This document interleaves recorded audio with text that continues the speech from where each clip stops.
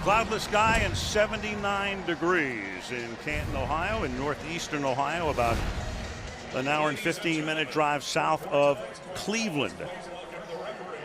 Down on the field, Chad Ochocinco and Terrell Owens are with Andrea Kramer. Andrea. Thank you very much, Al.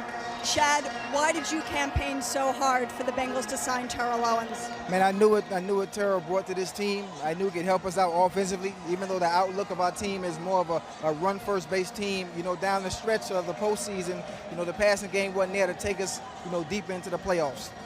You've always been the Bengals' #1 receiver. Yeah. You're a #1 receiver, Terrell. How's this going to work with the two of you? We're going to make it work. I'm Batman. And I'm Robin. All right, but I know you guys are good friends, dynamic duo, but how competitive will you two be?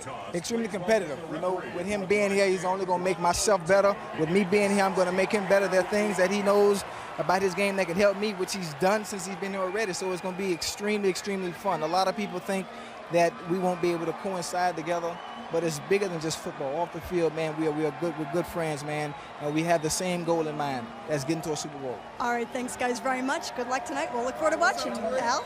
All right, thank you, Andrea. They'll have fun, and we will, too, watching them, at least for a couple of series tonight. Marvin Lewis begins his 8th season as the head coach of the Cincinnati Bengals, guided them to the playoffs in 2005, and then took them back to the playoffs last season, losing to the Jets in a wild card game in Cincinnati. And in his 4th season with the Dallas Cowboys is the somewhat svelte, or at least more svelte, Wade Phillips, who has lost 40 pounds since last season. Told us he did it on the Nutrisystem diet, nothing special, and hopes to keep at least 8 or 9 of them off during the regular season. We'll see. Joe DeCamillis also in the shot there. The special teams coach, as you look at Dave Rayner, there's a good kicking battle going on in Cincinnati. They had their troubles kicking last year, so did Dallas. And Dallas's return man is Titus Ryan, who's trying to win a spot as one of the Dallas wide receivers. That will be tough. They've got a lot of good ones, but maybe he can show something as a kick returner. At least he gets the opportunity here tonight. Takes it 2 yards deep in the end zone as we are underway in Canton. Breaks through a couple of tackles, a little stiff arm out around the 34-yard line, and pushed in to the Cincinnati bench by Leon Hall, a 38-yard return. Tony Romo comes off his best season with 26 touchdowns and 9 interceptions, and as you see, over 4,400 passing yards. And Romo will play tonight 1 or 2 series. If the first series goes, let's say, 8 or 9 plays, that'll probably be it. If it's 3 and out, he may come back in one more time. They start with Barber in the backfield. Romo on a tight roll, looks to his right, and on a sideline route, the pass is incomplete, intended for Miles Austin, coming off his breakout year. Adam Pac-Man Jones covering on the play. Yeah, he was trying to go by Adam Jones, but he looked more like Pac-Man on this one. This was tremendous coverage against the Cowboys' best receiver. It has been one of the most pleasant surprises of the camp thus far, the play of Adam Pac-Man Jones, a very legitimate third corner for the Bengals, and they have 2 good ones already. Out of football last year, suspended before that in 07. And when Pac-Man can slide under the radar, that's saying something, at least for the moment he is. And that pass is caught on the other side as he goes to Austin, this time covered by Leon Hall, and that is good for a first down. Basically the same looking kind of route. They decide if you can't go get it against Pac-Man, we'll try it against Leon Hall, top of your screen. Comes in, slides back out. I tell you, it has been one of those things that everybody's talking about in Dallas, though, is the offensive lineman, Doug Free, taking over for Flozell Adams. He did a nice job.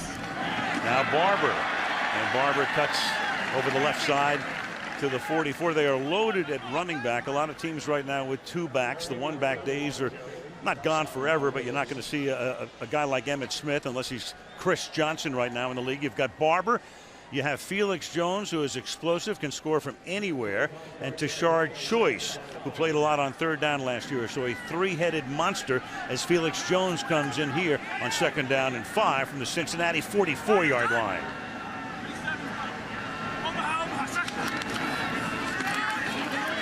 And this is Jones, and he'll be taken down a yard shy. So with Flozell Adams gone, and right now he's in the Pittsburgh camp, they go to Free, who saw a lot of action last year, and a guy who can get downfield and throw downfield blocks very well. Well, Flozell Adams manned this spot for a long time, but Doug Free is a guy that has much more athleticism at the tackle position. They think that not only is he going to be a good pass blocker, but his ability to pull, his ability to move, to get downfield is going to be a tremendous asset. We saw it once in a game last year where he sprinted 40 yards down the field to make a block. Now Barber comes back in and he picks up the first down. So they went to Jones, then they come back to Barber, and that's something that you might see the Cowboys do a lot this year. Not necessarily leave one guy in, but alternate them and even use Tashard Choice. You could see 3 of their backs in on the same drive at any given time this season with Jason Garrett, the offensive coordinator. Jones now comes in. The ball is at the 38-yard line. Jones trying to get outside, gets by one man. There's a flag, the first of the game. Ron Winter is the referee before Jones is shoved out of bounds at about the line of scrimmage. Holding. Offense number 65. 10-yard penalty. Repeat first down. That's the center. That's Andre Gerard. Well, Andre Gerard, probably the best of the Dallas Cowboys offensive linemen. I'd have to say Mark Colombo qualifies probably as the leader up front, but you can forget all that. The attention this season's on the left tackle.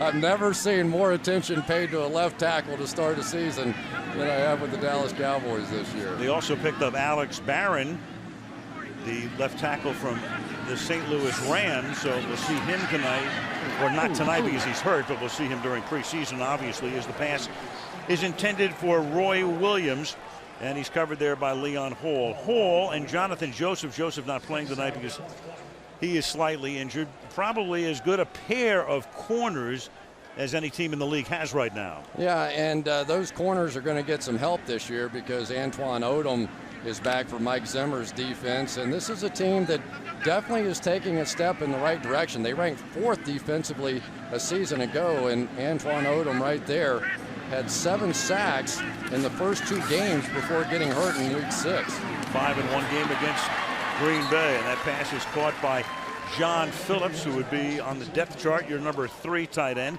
tackled there by Keith Rivers. It will be 3rd down and 12. On the end of your screen there, Doug Free working against Antoine Odom, and Doug Free just in there kind of scrapping away and doing a pretty good job of it. You've got to believe that if that position is solidified with all the other weapons that the Cowboys have, this offense should pick up right where they left off a season ago, and that was pretty good stuff. Cowboys spread it out in the gun now on 3rd down and 12.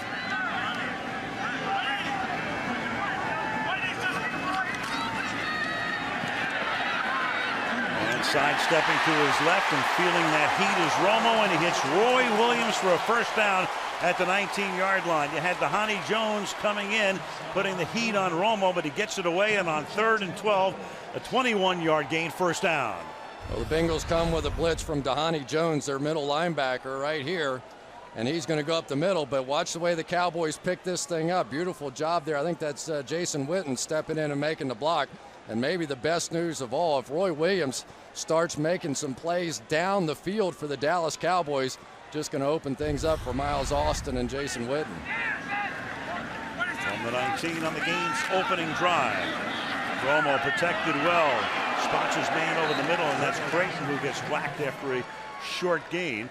Dhani Jones making the tackle. And for Creighton, he's a guy who was looking to get traded, but now with Austin and with Dez Bryant, who's hurt, the rookie, and with Roy Williams, Creighton is a guy who's going to have a hard time coming out of the number 4 spot.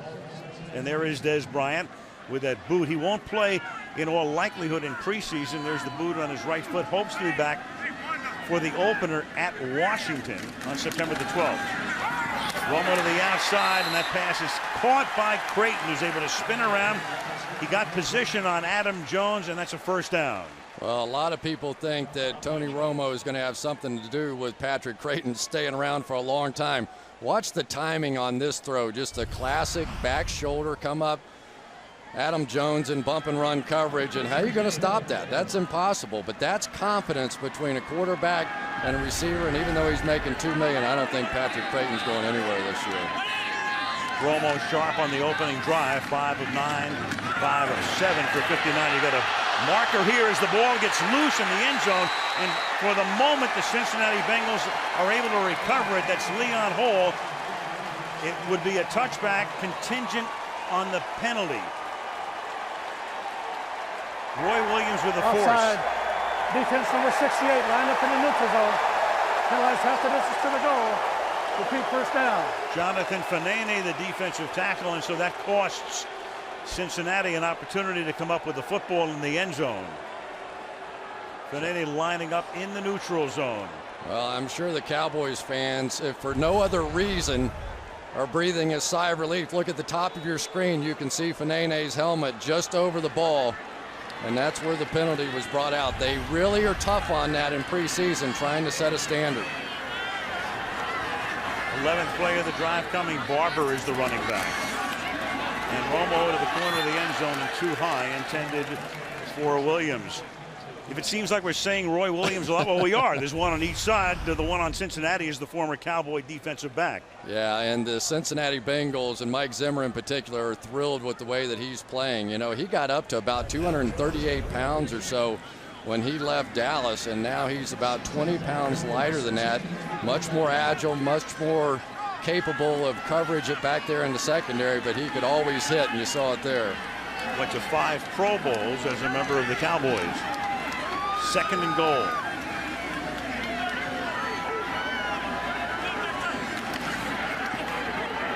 Faking, throwing, and that pass is incomplete. And again intended for Williams, and Domata Peko came in and plants Romo. It'll be 3rd down and goal. Yeah, I don't think Domata Peko could believe that they just let him go inside. He got a good shot on Romo, and really Roy Williams was wide open. He took his time on this move and got way inside of Adam Jones. That should have been a touchdown. But Peko got through without anybody blocking him at all. That little pump fake out of Tony Romo cost him just enough time where he couldn't get it off. 5.5-minute drive. This the 13th play. The back is Felix Jones on 3rd down and goal. And Romo slings it out to Jones, and that's incomplete. So the Cincinnati defense stiffens after they forced what would have been a fumble for a touchback and had that negated by the offside penalty. They get tough on 1st and goal and set up a 4th and goal now and a field goal attempt. Well, coverage across the board. Leon Hall doing a great job on Miles Austin. Jones covered in the outside. Pac-Man had Roy Williams. Jason Witten completely covered. And really the red zone woes for the Dallas Cowboys, at least on this first drive, pick up where they left off a season ago. Here's David Beeler, their new place kicker, who was the kickoff man last year, and he bangs it through from 20 yards, or about the distance of an extra point, except it's worth 3. And Dallas leads 3-0 in the Hall of Fame game. Part of the pageantry of this weekend, they have a luncheon for all the Hall of Famers on Friday, and then a big banquet on Friday night when they get their jackets, and then the parade.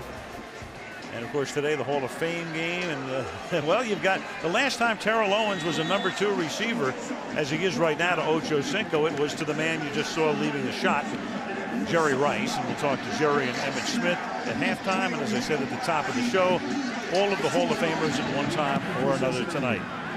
David Beeler kicking off, and this is Bernard Scott from the 8-yard line with great speed to the 32-yard line. So Carson Palmer will lead the Bengal offense out onto the field in Canton. Dallas 3, Cincinnati 0. Okay, Carson Palmer and the Bengals ready to go to work. We'll try to get our A-list stuff out as fast as possible, because these guys, like the Dallas first unit, don't figure to be in very often.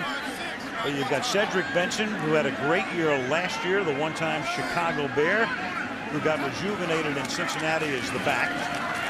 And Benson with a gain of about 6. And Chris, as we know, Palmer wanted to get Terrell Owens to Cincinnati, and the Bengals looked at him back in March and passed on him and went for Antonio Bryant, who was leaving Tampa Bay. Now, Bryant got hurt, so then what Owens did is he showed up at a school, a public school in Manhattan Beach, California, where a lot of the NFL guys go during the offseason, guys like Tom Brady and Matt Leinart and even Matt Barkley, who's the SC quarterback, and they go to work out. And one day Palmer is throwing at school, and here comes Ocho Cinco out onto the field with Terrell Owens. And the pass is now caught by Owens. So Owens makes his first grab as a Bengal. So Ocho Cinco knew about it. He had signed off on it. Terrell shows up. Palmer says, hey, man, he said, I got to talk you up in Cincinnati. And there he is wearing number 81. Yeah, he ended up calling Marvin Lewis. And the punchline was his down the field speed reminds me of Chris Henry. Chris Henry, the young man that passed away, unfortunately, a year ago, had the blazing speed that made such a difference for the Cincinnati Bengals offense. When Marvin Lewis heard that Terrell Owens still had that kind of speed, it was right now he tried to get him signed. And he goes right back to Owens, and you have a penalty here. Terrence Newman, the Pro Bowl cornerback of the Cowboys, covering on the play. Ron Winter. Illegal motions. Offense number 85. 5-yard penalty. Repeat first down. How's that for sweet irony? So Owens makes the catch, but it's negated because Ocho Cinco is offside. They're competitive, but not that competitive. There wasn't intentional on any of that. Right. Where I tell you, Terrell Owens, I watched a bunch of tape on him. I watched 3 straight games that he played last season, and I really believe he has plenty left in the tank. I was surprised by what he was able to do in Buffalo. Owens is 36, Ocho Cinco is 32, and here is Benson taking it up to the 40-yard line. Bengals needed a running back, and so they went and took a chance on a guy who was, for his years in Chicago, considered a bust, since he was the 4th guy overall picked in the draft by Chicago. Never panned out there. Had a lot of trouble. Cincinnati took a shot with him, and take a look at those numbers, and that's with missing 3 games with injuries. Exactly right. I really think he's one of the real underrated players in the game. Slow to the hole, fast through it, exactly the way you draw it up. Halfway through the opening quarter, the Bengals on their first drive. 2nd down and 14. Palmer to the outside, and that's Newman covering Owens. And it'll be 3rd down and 14. You know, as the season starts, Chris, you're going to have Ocho Cinco, you're going to have Owens. The number 1 cornerback on the opposition will line up over whom most times, do you feel?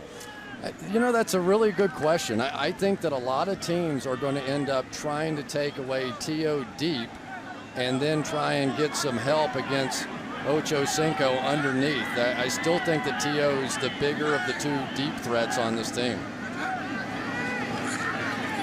3rd and 14. Pressure is on. Palmer gets hit. Pass is incomplete.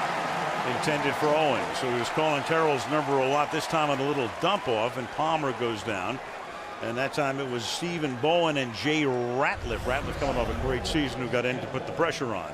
Ratliff's going to end up coming all the way around the outside out here and getting the hit. This was a pretty slow stun, and Carson was holding the ball for a while. Got a little help on the other side as well from Stephen Bowen.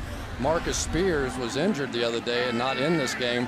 So they're going to look at some new tackles on the defensive side. Kevin Huber, the left-footed kicker, will send it down to Titus Ryan. Ryan collects it at the 13-yard line.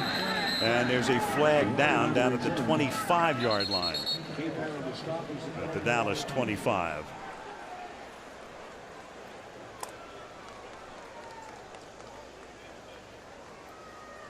And also down,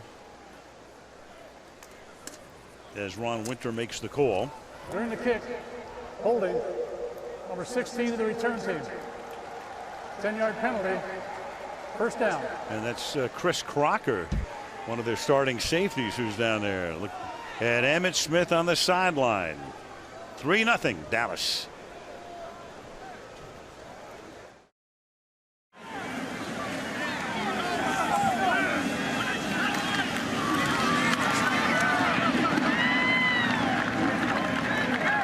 Tashard Choice picking up a couple. You saw Tashard Choice rolling around on the ground.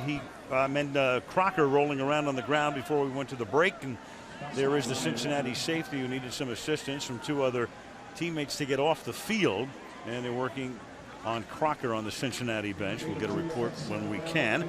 Jabril Wilson comes in to take his spot in the lineup.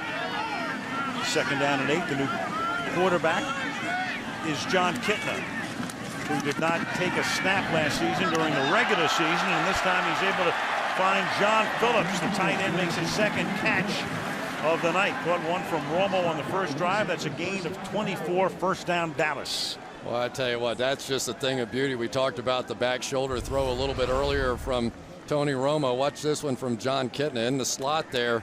Phillips goes up, just simply dumps it in right behind him. No way the bump and run coverage can find it. I tell you, this offense looks good, and everything we've been told about John Kitna in training camp is he's been razor sharp.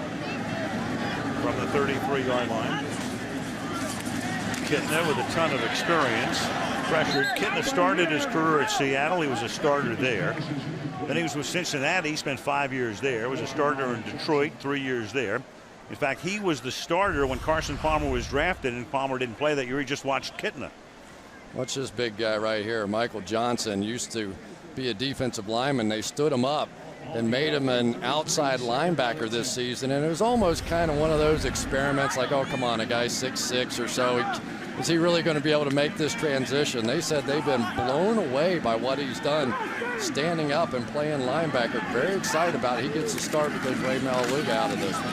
Yeah, Malaluga with a hamstring pull to the 35-yard line. Goes to Shard Choice.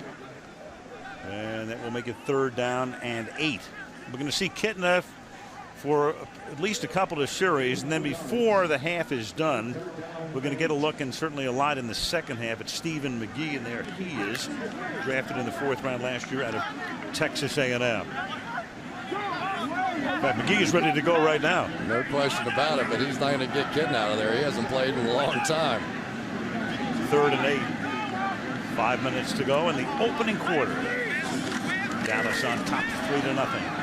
Fired over the middle, and reaching for it is Phillips, and he makes the catch. Well, he's not going to supplant Jason Witten, and Martellus Bennett, who is injured and not playing tonight, is the number 2 guy, but John Phillips looking for more playing time for Wade Phillips Cowboys. Gain of 16 there. We might just get it, too. Let's take a look at Alex Barron over here on this side. He, of course, in that battle as well. Pretty nifty guy. They always talk about how long his arms are, and played a lot of games with the St. Louis Rams. They're pretty excited. He's a little better than they thought he might be coming over. And now you got Creighton on an end around. Runs into his own man and then gets surrounded. Dislocated pinky for Barron earlier in the week. I think I mentioned early on that he might not play, but there he is tonight with the hand wrapped up. But a guy who, as you say, along with Doug Freak, are the guys who are going to have to take the place of the long-standing stalwart work of Flozell Adams. How about Pac-Man up there just in a little fist fight with Sam Hurd, and he got the better of it. They were really surprised with Pac-Man that he came in. The first time they tried him out, he wasn't in such good shape. The second time around, he came in and blew him away. 2nd and 7. And a little miscommunication right there, because among other things, there's no eligible receiver in the neighborhood. Michael Johnson enjoyed running around the edge there, almost got there, and Mike Tepper, the former all Pac-10 guard, needs to make a play out there. He was the only one in the vicinity. I tell you, this, it's exciting. The Bengals are going to flirt a little bit this season with playing a 34 defense, and one of the reasons that they feel like they can is they've got some guys now that can transition down between that 4-3 in and the 34 outside linebacker, and now you see Michael Johnson with his hand on the ground. They send 5, and Kitna gets flushed out, nearly gets sacked, and then gets hit as he throws, and that wobbly pass intended for Phillips is incomplete. Fanani put the heat on, and the Cowboys will punt. They were saying that Kitna the other day. There we go. Uh-oh. Is that Odom? It is. And that's Antoine Odom, whose season was cut short last year after he had 8 sacks in their first 6 games with the Achilles pull. And that was enough to lead the team over the course of the season. Right now needing some assistance.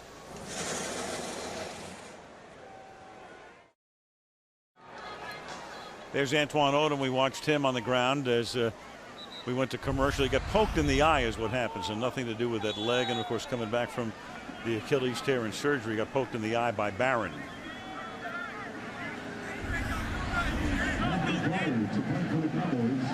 Fourth down now, and Matt McBriar comes in to punt Quan Cosby, the return man for the Bengals. And Cosby will signal for the fair catch and make it at the 11-yard line. Playing offensive line, there's no greater feeling than to be able to move a man from point A to point B against his will. I tried it, I liked it, and I was playing offensive line. Russ Grimm, one of the Hogs, and right now the assistant head coach under Ken Wisenhunt with the Arizona Cardinals, going into the Hall of Fame this weekend. Carson Palmer in on the second drive. You've got Bernard Scott now in the backfield, and Palmer on first down slings it to the outside, and that is caught by Owens, so he keeps going that way as Owens gets taken down at the 20. And on the subject of Russ Grimm, here he is with Andrea. Thank you very much, Al. Well, Russ, 11 seasons with the Redskins. What's the significance to you of playing your entire career with one team? I mean, it's great when you have a chance to stay at one place. You know, obviously in today's system with the free agency and the salary cap, that wouldn't have happened back then, but they kind of kept rolling us over. One year I was the highest paid, the next year Jacoby came up, the next year Boston came up, and we rolled like that. But I mean, you built a lot of chemistry, and there was some consistency up front, and like I said, I wouldn't be here without those guys. I played with some good players. Well, speaking of those good players, one day your coach, Joe Bugle, looked at the offensive line and said, you guys are just a bunch of hogs, and hence was born the nickname, and you were the head hog. What does that mean to you? I mean, it's special. It's one of those things where, you know, those memories you have for the rest of your life, and it's not all just on Sundays. It's the memories, you know, during the week, after practice, it's at practice, it's at some of the games, it's in the locker room, things are said, and I mean, you grow together, you watch the families grow up together, and I mean, it's special. 4 Super Bowl rings, 3 as a player. What's the most memorable moment for you of your career? I got to say, when John went down the sideline on 70 chip, 4th and 1, I mean, that was my, you know, first Super Bowl win. We just came off an 8-8 season where, as a rookie, I started out 0-5, so I didn't think we were ever going to get that far, and we turned it around pretty quick. And from there, everything else is a bonus. All right, thanks so much. Congratulations. Thank you. And by the way, Al, we didn't see them in the audience, but Bill Bidwell, Coach Wisenhunt, and several players from the Cardinals were there last night for Russ Grimm. Oh, that's great. He's talking about John, as in John Riggins, going down the sideline in that Super Bowl. Palmer under heat and gets surrounded. Dumped at the 23-yard line. Among those in on the play, Victor Butler and Stephen Bowen. Good coverage down the field. Here's Terrell Owens on the right side. Pretty good coverage on him. And then on the other side, really where Carson was trying to go is Chad Ochocinco, but it's Jamar Wall, who's had a very good camp for the Cowboys and making an effort to get on this team, and he's trying to play his way on it. Kevin Huber comes in. This is his second punt. Palmer in the 2 series now 2 out of 5 for 18 yards. Cletus Gordon will return it for Dallas if it stays in bounds, and it doesn't. It's a short kick, and it's out of bounds up at around the 45-yard line. Russ Grimm, head hog, chief hog, Super Bowl rings, Hall of Fame bust. Carson Palmer going over things with Owens after 2 series. Owens has caught both of Palmer's completions, but now Kitna leads this Dallas drive and loses the football. It's on the ground, and can the Bengals come up with it? There are 3 Cowboys and 1 Bengal there, and that was Fanene who forced it, and he got by Barron, and right there with a golden opportunity to come up with the fumble, but not being able to come up with it was one of the Bengal defensive linemen. Alex Barron right here is going to struggle for the first time as a Cowboy. Fanene, who took over for Antoine Odom and really played well a season ago for the Bengals, just beats him with speed around the edge. And that's been the knock on Alex Barron. You know, he's a guy who was a first-round draft pick, but he's just been okay so far in the NFL. That was Orion Harris, who had a great chance to come up with a football, but it was between his legs and he couldn't get it before it was recovered by the Dallas Cowboys. Hurd makes the catch here in the final half minute of the first quarter. You know, they were semi trying to convince me, Al, that there was a little tackle competition going on over there, but I have to say, at least thus far, it looks like Doug Free has solidified that position by the appearances that we have out here. Alex Barron struggling a little bit, but Doug Free, who played so well a season ago, replacing Mark Colombo, has been terrific in this one. At least through the first quarter, which has now come to an end with the score of the Dallas Cowboys 3, the Cincinnati Bengals nothing. And Sunday Night Football resumes after these messages.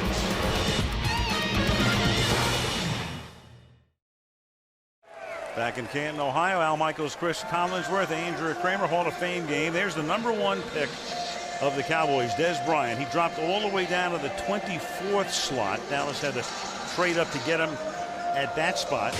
Played at Oklahoma State, but only 3 games last year before he was suspended for lying to the NCAA. And look at him there, Chris. Talk to the coaches. They talk about the wow factor with this young man, and you saw a little bit right there.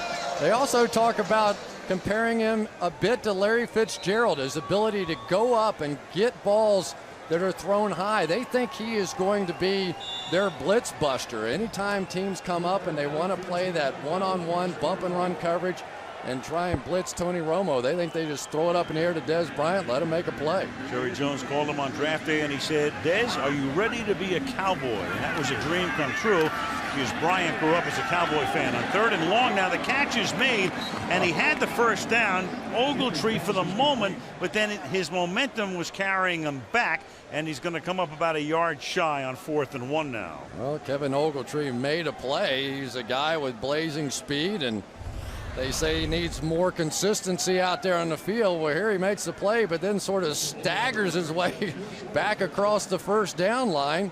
There it is. Nobody hits him. He just lost his balance and lost the first down.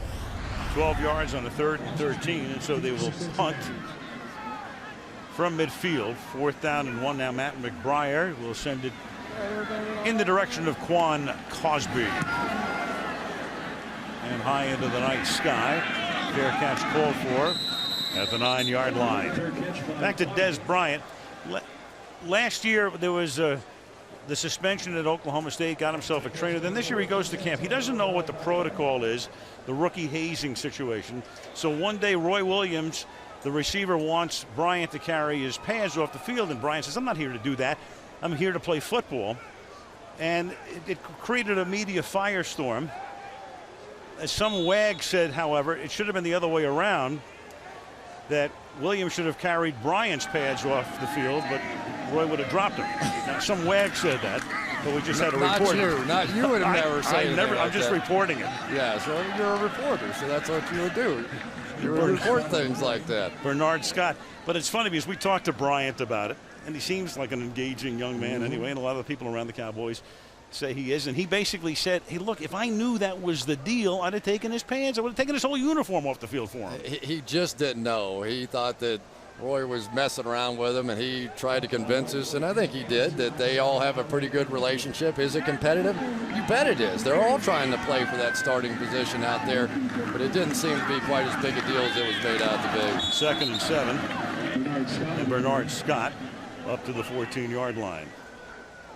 These days, everything's a big deal. And fast. I mean, the minute it happens, it's on somebody's tweet or whatever it is that's flying out there. And Roy Williams, you know, here's a guy, he takes more heat for a guy that caught 7 touchdown passes a season ago, because he was traded for, you know, all the #1 picks and got all the money and all that kind of stuff. And he's not going to live up to it. He's just not. He's a good player. I don't think he's ever going to be a great player. Meanwhile, J.T. O'Sullivan is the quarterback as Palmer was in for 2 series, and now they go to their number 2 guy. And a little bit later on, we're going to see Carson's brother Jordan, who's the number 3 guy. So not a particularly memorable first series for one JT O'Sullivan. A very rapid 3 and out, and it's 4th down at the 14-yard line. And JT O'Sullivan needs to prove himself a bit here. He got a chance to play last year at the end of the season against the Jets. It did not go well. He was very anxious to get back out on the field and make amends, but not a great start.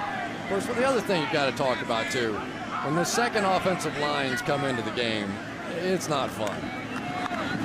Wait till the number 3 guys get in there. Yeah. Here's Huber. And that punt will bound away from Gordon.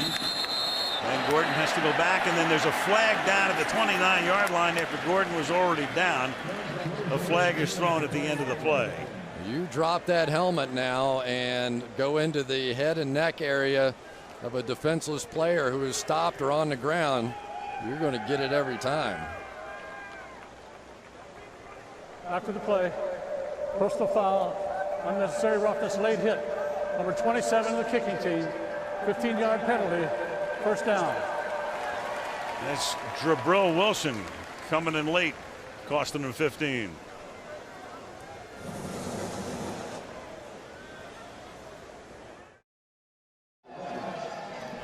Bengals lost on opening day, a heartbreaker to Denver last year, but then won 7 of their next 8, won the AFC North. Their defense was very good. Cedric Benson was great. And then they lost to the Jets in the AFC wildcard game, ran the ball well, but couldn't throw it. And that was the problem, ironically, for the Bengals last year, who through their history have been known as a passing team. 44-yard line, Dallas 1st down. Kittner, the quarterback, and on the draw gives the ball off to Tashard Choice. And one reason that the Cincinnati defense played so brilliantly last year was the work of Mike Zimmer, who did it under the most extraordinary circumstances possible, Chris.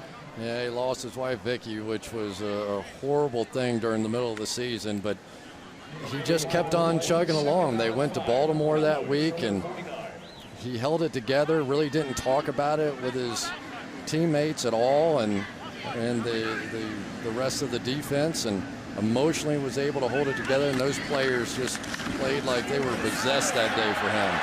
Here's Choice. John Phillips threw a block. John Phillips has had a big night at tight end already with 3 catches. Nice block here to help spring Tashard Choice for a gain of 21. Well, John Phillips is having a heck of a start to this ball game right over here. He's going to end up coming up on the lead, and really what the Cowboys would like to have happen, nice block up front, is for Martellus Bennett to become a bit of the down the field receiving threat on this team, because John Phillips does what he just did so well. He can block, he can play fullback, and so far tonight he's proven he can catch the football too. He's having a big night.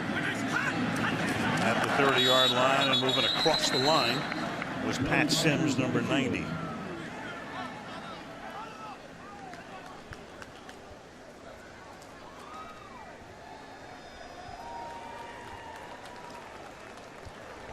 Encroachment. Defense number 90. 5-yard penalty. It remains 1st down. Line of scrimmage now the 25-yard line. Pat Sims, number 90, right over on the right-hand side of your screen, just a little bit early. Got to be careful with those veteran quarterbacks. Kittner may not have thrown a pass last year, but he knows how to do the snap count and get you. 1st and 5 now from the 25-yard line. And there's a fumble. That's Herb Donaldson, who just came into the game. Jabril Wilson, who was the guy who cost Cincinnati those 15 yards on the penalty on special teams, atones for that. So here is Herb Donaldson, and talk about a tough route to go. You got to go past Marion Barber, Felix Jones, and Tashard Choice to win a spot. Good luck. Good luck. Good night and a good tomorrow. John Randall, we'll talk with him when we come back.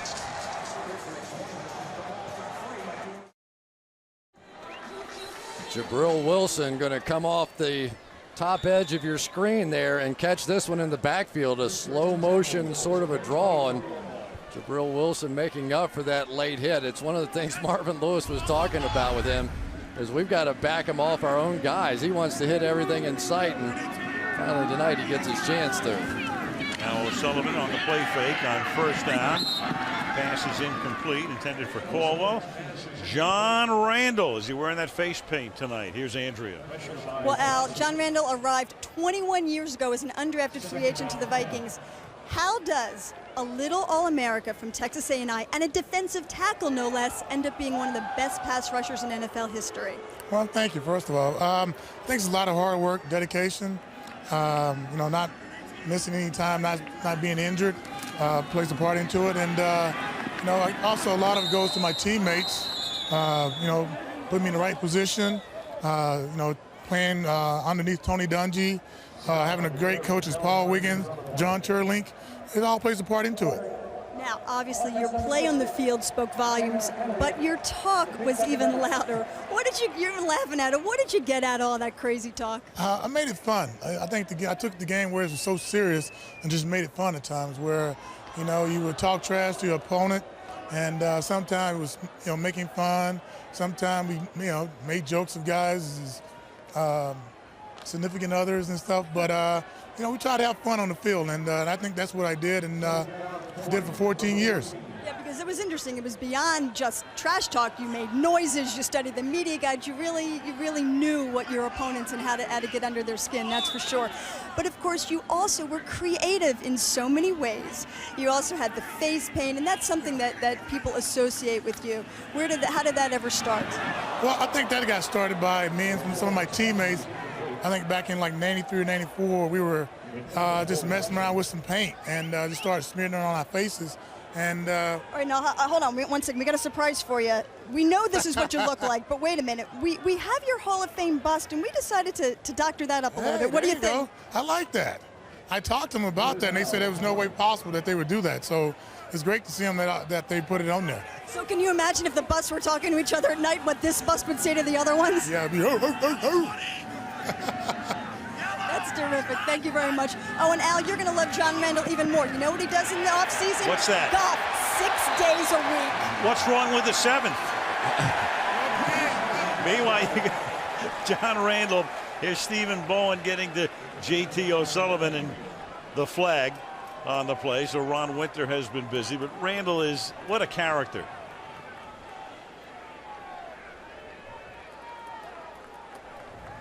Intentional grounding. Offense, number 4. Penalizes the spot of the foul. And a loss of down. Makes it 4th down. 4th down, and they'll punt. You look at, as we look at the play again, and thinking about John Randall and his career, first we'll take a look at Bowen getting in and forcing the intentional grounding call here. That was a big loop right there by a big man in Stephen Bowen. And Stephen Bowen's a guy the Cowboys really like. They think he has some real upside to him, sort of a Jim Jeffcoat kind of guy. And he's going to get some opportunity with Marcus Spears being out. Huber to punt from the back of his end zone. Cincinnati's been able to generate nothing offensively tonight in 4 series. Feeling it now is Gordon, who gets run down at the 44-yard line. 10.5 to go in the opening half in the Hall of Fame game. 3-0 Cowboys.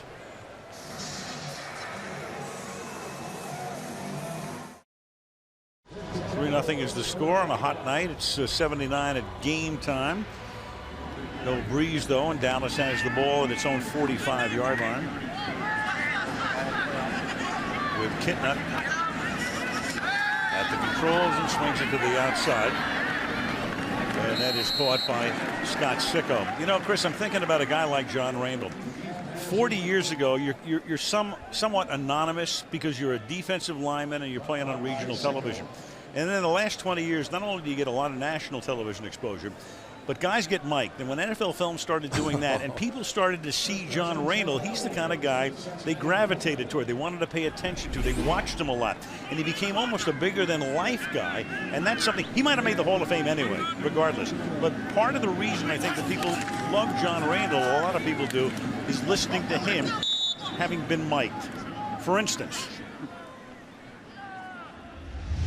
Big dogs are in the house!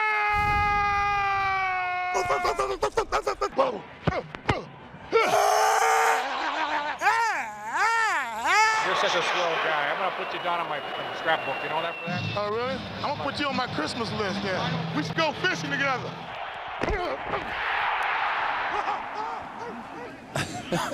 He's classic. Phenomenal. You know, one of the things that he used to do, I'll let you call us. Right, here's McGee. McGee is the new quarterback, and Stephen McGee, the number 3 quarterback. It's Phillips, who's now caught a ball from each of the 3 quarterbacks, and 4 total tonight, first down.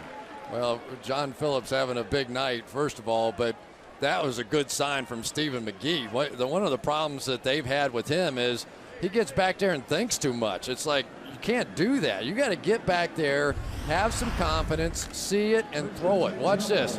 Back foot on the ground, out of there.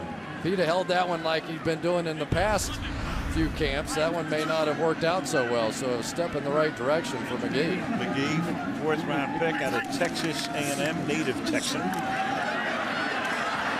the outside goes Tashard Choice. And it's John Phillips leading the block, and Phillips is having a heck of a night. And that's another first down. Stephen McGee, he's physically, you watch him throw in pregame warm-up and you go, hey, you know, this guy's pretty good. He's has some zip on it. He looks the part, big, tall guy, strong, can move around the pocket, has a little bit of what Romo has, a little bit of that mobility. There comes a point in time where you just have to turn your brain off and turn your instincts on. 6'3" and 222 of the measurements. McGee, 24 years old. From the 21, McGee under pressure, and this time from the blind side comes Michael Johnson. Chris talking about Johnson before, and that time Johnson almost unimpeded with a shot at the quarterback for the sack. Well, sometimes you also have to know where your protection is its weakest. And that time Tashard Choice was going to try and come across the coverage as Michael Johnson was coming in this way. And if you see that as a quarterback and you know you're not protected, well, there's nothing wrong with throwing the thing out of bounds and living to play another day. 2nd and 10, you survive. 2nd and 19 is tough. And that's what it is at the moment from the 29-yard line. And McGee with a short drop and then a very good pass as he hits Ogletree.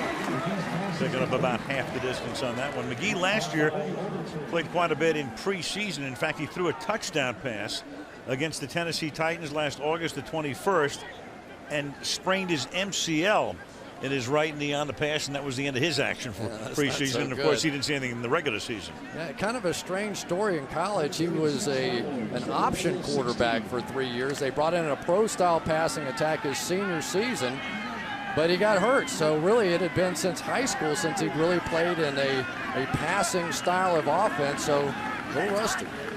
John Phillips on the sideline, 3rd down and 6.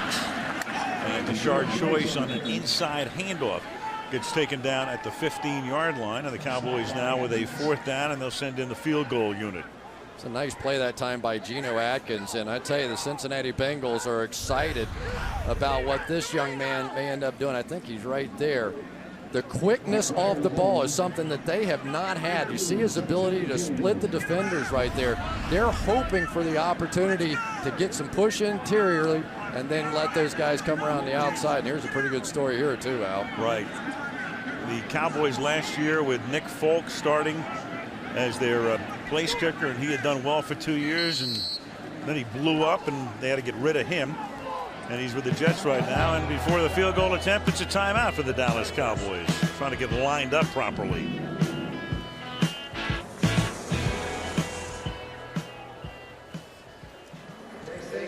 And of course, we get lined up properly too. We don't need a commercial there either. How about Wade Phillips though? Wade Phillips looks good, doesn't he? Lost those 40 pounds, and over there he said, you know, when you're a young man and you lose 40 pounds, people say, hey, you look pretty good. When you're a little bit older and you lose 40 pounds, they go, are you sick? Right. Well, he hardly looks emaciated.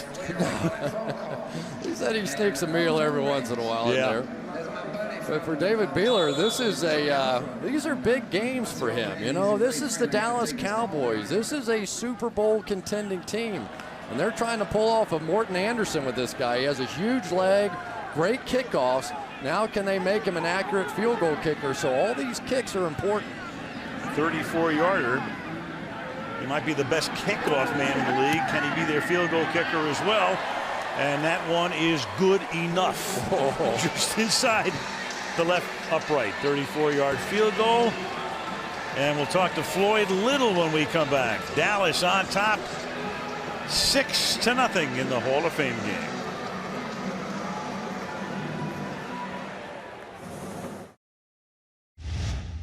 Find the goodness in you that says, yes, I can be a good student. Yes, I can be a positive role model. Yes, I can, because the good in you is better than the worst in most. Choice is yours. Be the best that you can be. Floyd Little, and it was a beautiful introduction as well last night by his son, Mark. And we'll talk with Floyd in just a moment after the kickoff. Here is Beeler.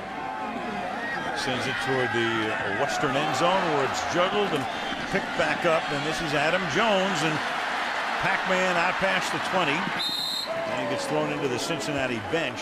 Not much room on the sideline there. And speaking of the sideline, Andrea with Floyd Little. Andrea.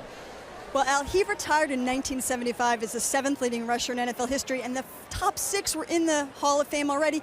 But it wasn't until last year he was even nominated. What was this wait like for you? Well, I think the timing was right. I think they waited for the 44th Super Bowl. They waited for my son to become 44. They waited for the president to be the 44th president.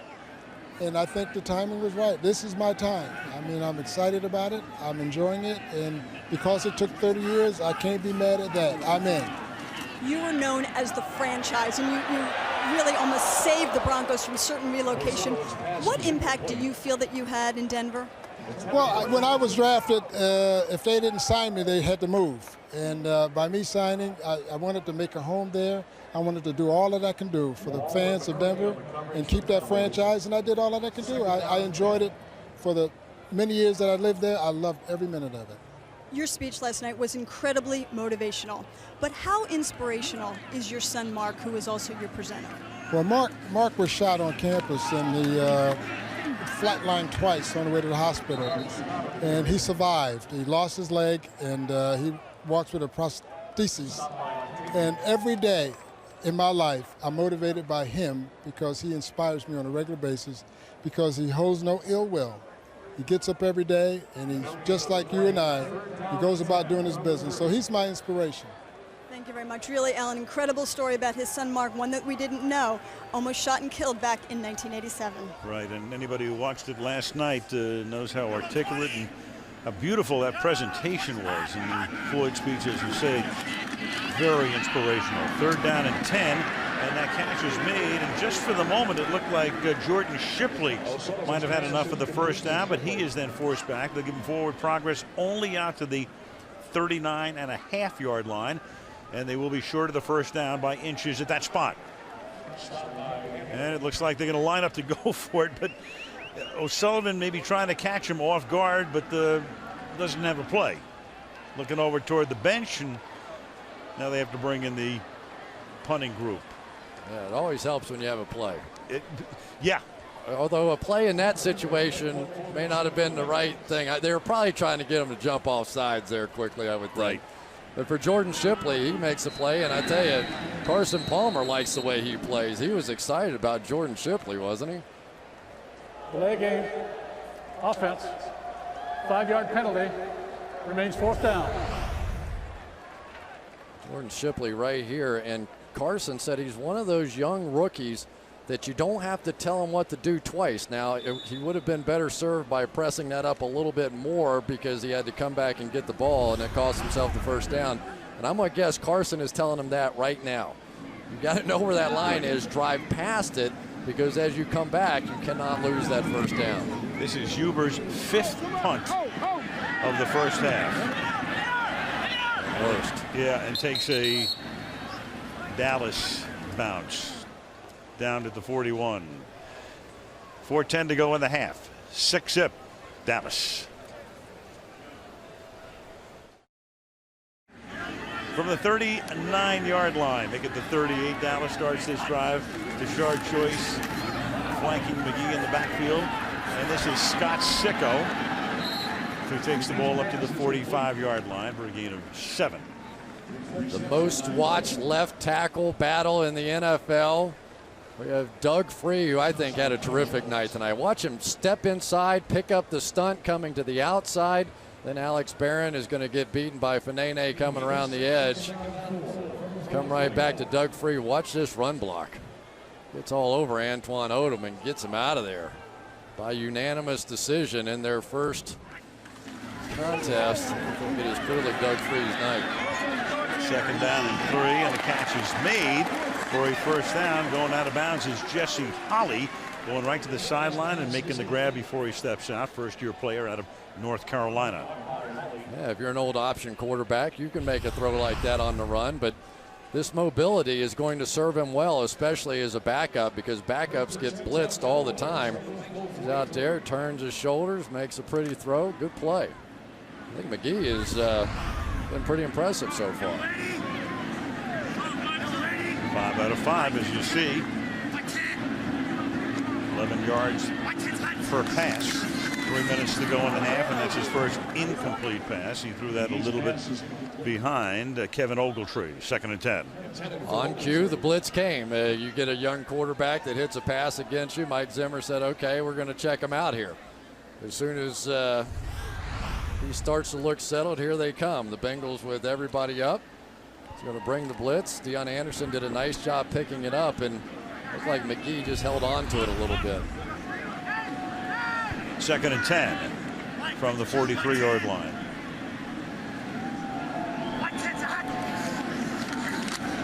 And McGee throws that one too high. Cowboys have been training indoors. They've been in San Antonio at the Alamo Dome. Broke camp there, went to Dallas, and then flew up here. They'll go back to Dallas for a couple of days, play a game Thursday night there against Oakland, and then they go out to California. They go to Oxnard for about 2 weeks and train there. Hey, when you're America's team, you got to get around a little bit. You got to visit the people. A lot of people thinking, well, you know, that's too much traveling, and Jerry Jones keeps pointing out, hey, look, one year we played in Tokyo, one year we played in London, and in each of those seasons we wound up winning a Super Bowl. 3rd and 10. And McGee can't get out of trouble. Shifting the shoulders before Geno Atkins, number 97, comes in to record the sack. I tell you, Geno Atkins is now doing exactly what they thought that he could do. His speed, his quickness, would not be surprised if he is in this game a lot this season for the Bengals. They have good defensive tackles, but they have not had quick defensive tackles that can get pressure like a John Randall or a Warren Sapp or one of those guys. And I'm certainly not comparing Geno Atkins to those guys, but that quickness and that push up the middle really bothers quarterbacks. Matt McBriar sends it down to the 11-yard line. There's a penalty there, and Shipley, an ill-advised attempt at a return. Danny McCray, a rookie out of LSU, makes the tackle, and Ron Winter's crew has been pretty busy tonight. Ron Winter's crew is busy a lot of nights. During the kick, holding. Number 40, the receiving team. Penalized half the distance to the goal. First down. In all fairness, though, it's not his crew as it will be during the regular season. During the preseason, they kind of mix and match a few guys here and there, and that's what they've done tonight. 2.5, 2:33 to go. J.T. O'Sullivan, where has he been? Well, started with New Orleans, and then he goes to Green Bay, and then he shifts over to Minnesota, and then he goes to the Patriots, the Panthers, the Lions, the 49ers, and then last year, the Bengals. Only in the Hall of Fame game would they give you time to read a graphic that long. Right.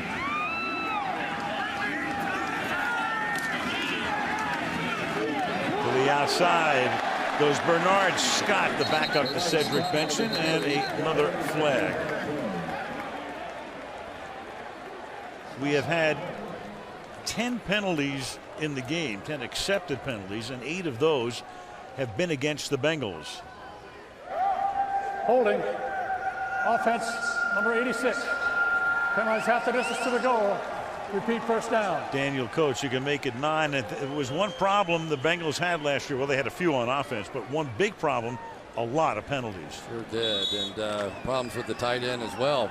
That's the first time I've seen a holding call, though, by the umpire now standing in the backfield.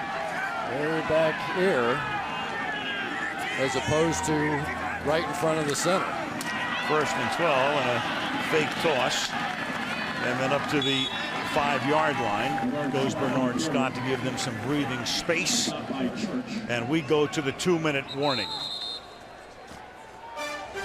2 minutes left in the opening half in the Hall of Fame game. Dallas leading Cincinnati 6-0. Canton, Ohio. 2nd down and 10. 2 minutes to go in the opening half. 2 Beeler field goals. All of the scoring in the game. 6-0 Dallas. And O'Sullivan swings it out to the near side. And that's caught by Joe Tronzo. Trying to win a spot in the backfield, rookie out of Louisville. Now, Chris talked about the umpire being alongside or parallel to where the referee is going to be. They're taking him away from danger. However, inside 2 minutes in each half, the umpire goes back to his old position because, of course, a lot of teams are going to run the hurry up, and it's much easier for the umpire to spot the ball more quickly. He is right back in here in his old spot.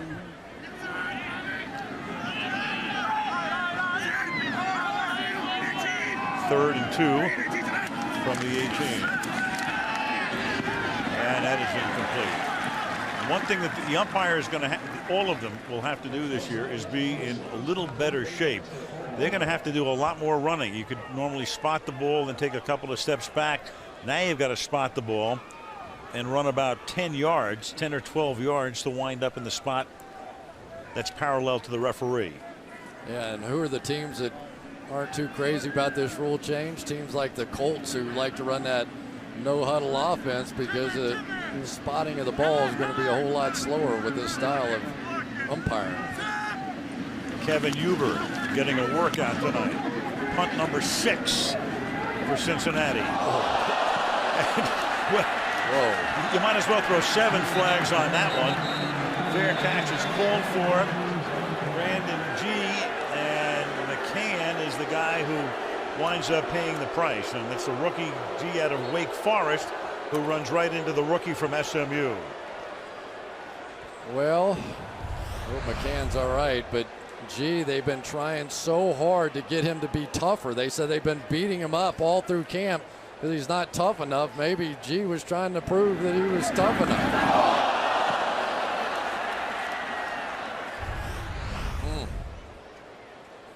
That'll give you nightmares if you're a punt returner. You're used to having a little protection back there. Take a whack and the ball's not even close. There is no foul for fair catch interference because the player was blocked into the receiver. There are 2 fouls on the play. Illegal block, number 29 of the return team. That penalty is declined. During the kick, tripping, number 35 of the return team, penalized 10 yards, first down. Well, there it was, Teddy Williams pushing him, and they rule that he pushed him right into McCann, and then a tripping call as well. See the hand in the back. I am not sure. There was a little contact and maybe a nudge, but was he really pushed right into it, or did G really just? I think he's going to go get him no matter what. Yeah. Tough call. I can see why the official made the call, though. You could see the hand in the back just about the time he lowered his shoulder pads down. So certainly it looked like a push. I'm just not sure that it was. Teddy Williams might be the fastest guy on the Cowboys. Free agent rookie, played his college football at Texas San Antonio. One of the fastest guys in the world. Ran a 9.9, 100 meters. From the 28-yard line now. Pass on the outside is incomplete, intended for Ogletree, but he was out of bounds. And so McGee with the incomplete pass here. McGee taking over for Romo and Kitna, and he'll probably play almost the rest of the game. Chad Ochocinco there on the sideline trying to tell Ogletree, you got to drag that back foot, man. You got to, come on now. You got to turn around, drag that back foot, get on around. And then Owens gets into it as well. 2nd and 10.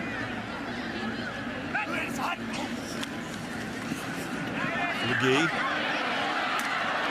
And he really gets popped that time by Abdul Haj. You know, if Terrell really wanted to start something, you know what he would do? He would tell Ocho Cinco he's going to change his name to Ocho Uno. Or maybe get his own TV show. That they've got. There they are. Here's why they moved the umpire. As you can see through the years, and the umpires have taken some hellacious shots. And they've also been used by quarterbacks over the years to help provide picks. And a lot of receivers have gotten open because the umpire's been able to pick a defender. And Mike Pereira, our good friend who's did a tremendous job, has retired, and we wish him the very best. And there is the new Vice President of Officiating, Carl Johnson. Carl was a line judge for years, and now he's been moved into the front office, and he will oversee all of the officials. If they had moved that umpire during my career would have lasted about a week. I used that guy to pick the defender all the time. 3rd and 10. And McGee will just have to dump it off, and there's no place to go for Scott Sicko, who makes his 3rd catch of the night and stays in bounds as we tick down to 1:11 to play in the opening half. Bengals going to take a timeout to get an offensive shot here. But McGee came out early and was pulling the trigger on balls. Now he's sitting there and the pressure's getting there and his head drops, and now he's running around instead of just throwing the ball. There were guys open underneath there. You've got to know where those initial checkdowns are. Get the ball out of your hand. When you start scrambling around like this, it invites more pressure. It invites more blitzes. Because they see him right now. He's not looking to throw the football. Frosty Rucker after him. He's good at moving around, but it's not really the answer in the NFL.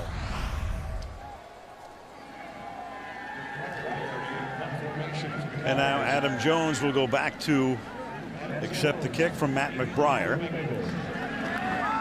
This is McBriar's 4th punt of the night, and it's the 10th punt overall. And the performer formerly known as Pac-Man brings the ball up to the 33-yard line.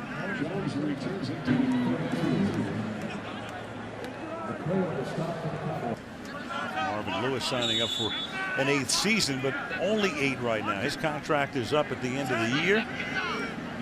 It's an ironic thing. You've got Mike Zimmer, the defensive coordinator. He is signed into the future, but Lewis is not at the moment. As the catch is made for a short gain there by Jordan Shipley. Now you get a veteran quarterback in there, and certainly J.T. O'Sullivan hasn't had a great night out here, but he does get the ball out of his hand quickly. He's going to see it, read it, throw it. 3 out of 9 for 25, and he sees Leonard over the middle. Leonard, who played a key role last year in certain situations, makes the catch here and is a little bit slow in getting up, and there'll be a runoff here because he gets hurt, the offensive team, and they come out to assist him. So I guess they could take the timeout, right? They could. Yeah, you're going to see. And they did take it. Umpire right here, and Brian Leonard is basically going to use him to get between him and the defender there. And you can see why the umpire isn't always so comfortable in there. Right. Players want to use every advantage they have.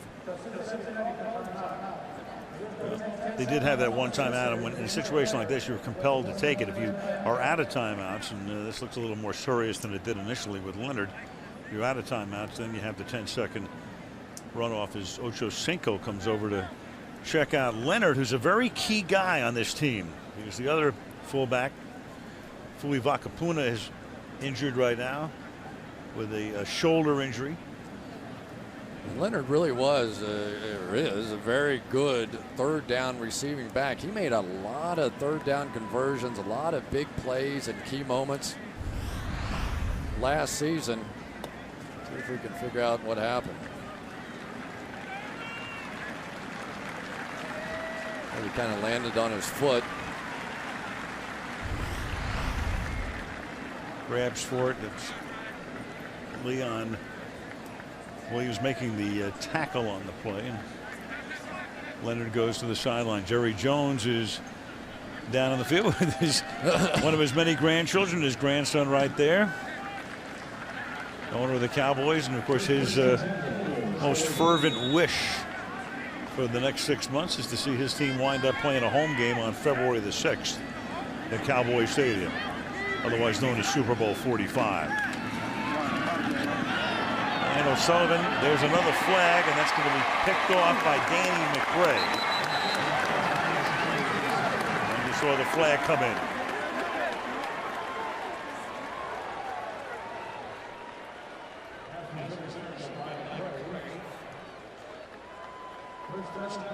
I tell you, the replacements for Marcus Spears have had big nights. We saw Stephen Bowen get pressure earlier. Jason Hatcher that time coming with pressure, and saying, yeah, that's what I did. A little dip down inside there before I ripped around. Right here. They picked up the flag, so that's why you've got no announcement for winner, and the play will stand. Picking up the flag is a great idea with 18 seconds left in the half, I got to tell you. So Dallas on top 6-0. And McGee will take a knee. And that's the end of the first half. So no touchdowns, just a pair of field goals for the Dallas Cowboys, who outgained Cincinnati 205 yards to 67.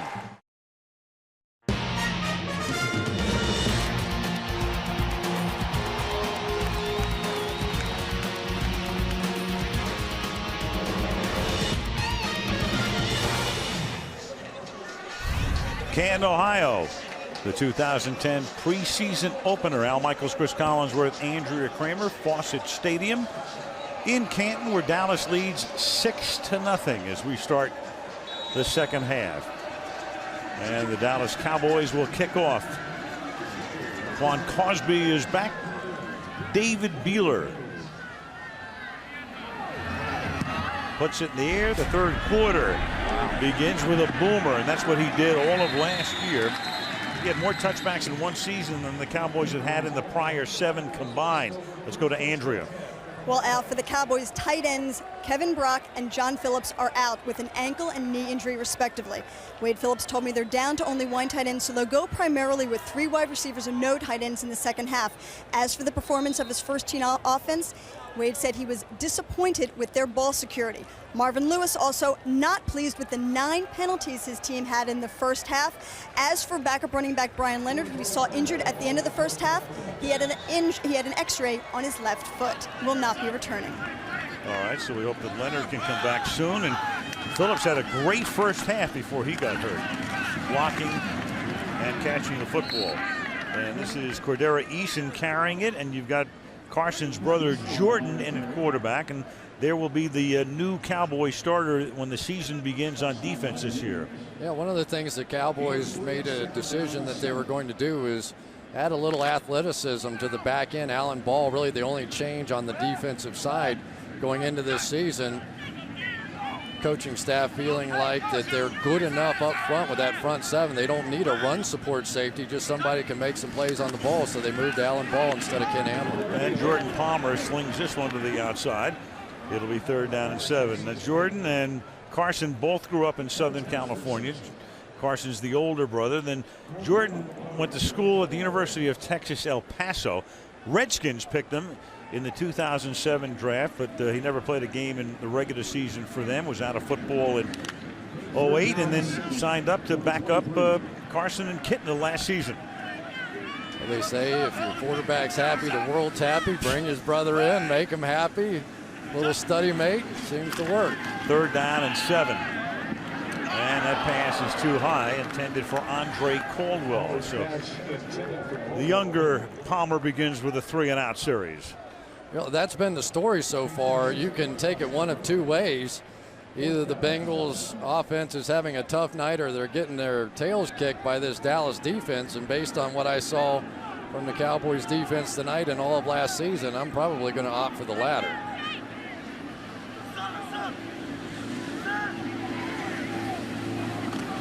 Kevin Huber is their only punter, so he sees all of the action tonight, and that's plenty of it. His 7th kick is fielded by Cletus Gordon, and then Gordon gets tackled by the ankle, and the helmet comes off, and he's shaken up on the play up at the 35-yard line.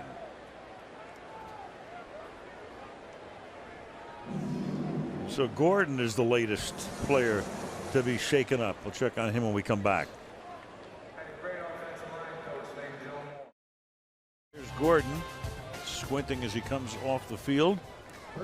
Hit by Roderick McElroy at the end of that play, but under his own power goes to the sideline. Now from the 35-yard line, here are the Cowboys with Herb Donaldson, who fumbled the only other time he carried the ball tonight, picking up a couple of yards. Tony Romo looked good on that first series tonight, in for 1 series. Threw for 59 yards, guided him down there for a field goal. Doing a little sideline commentary. Bob Lilly right there? Yep. He wasn't bad. Bob Lilly could still probably line up and play a little bit, just like Jerry Rice was talking about. Looks like it. Inside handoff. Donaldson. Well, Tony Romo, the unquestioned leader of the Dallas Cowboys, had a great year last year, so they get to training camp in San Antonio, and they have a big pep rally down there, and here's what happened.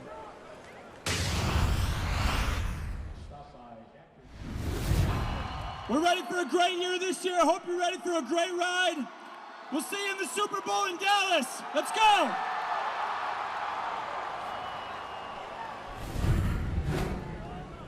Oh, the things quarterbacks have to do. You got to entertain the owner on the sideline during the games. And right. Talk to Hall of Famers. Keep yourself in Us magazine. Yeah, he does a good job with that, too. Get yourself on TMZ. Here's McGee. Picks up a first down. I'll tell you, the one thing, though, I was impressed with, and there's Cowboys Stadium for my money. Well, maybe you have another one, but that's the most impressive stadium I've ever seen in my life. Me too. But, and we're not there. I don't want anybody to think we're there tonight, but that's where the Super Bowl will be this season. But in talking to Tony Romo a little bit about last season, of course, they played well. They won their first playoff game in a long time, all that kind of stuff. But his focus is on getting the mental toughness for this team to go into a place like Minnesota and come away with the playoff win, which they were unable to do a season ago. Now McGee winds up hitting Scott Sicko, number 86. They're down to him as the tight end, with Witten gone for the night. Bennett hurt. Phillips also hurt. Kevin Brock, another tight end, and it's a 14-yard pickup. You know, they really got in that game against Minnesota last year, and Flozell got hurt, and they were shuffling around and trying to get Jared Allen blocked, and it just sort of imploded on them. A lot of turnovers, a lot of fumbles early in that game. The crowd was going berserk. But if you're going to win a Super Bowl, you've got to go into a place like that and hold together mentally.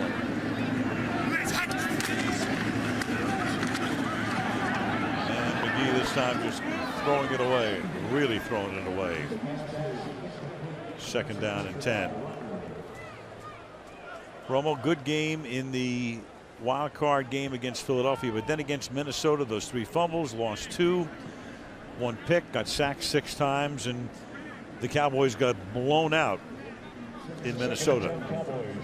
Yeah, it's going to be really interesting for me to see what goes on. I think Tony Romo's ability to escape has helped this offensive line over the years because of his mobility.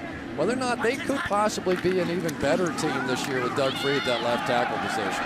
Now they give it to Herb Donaldson.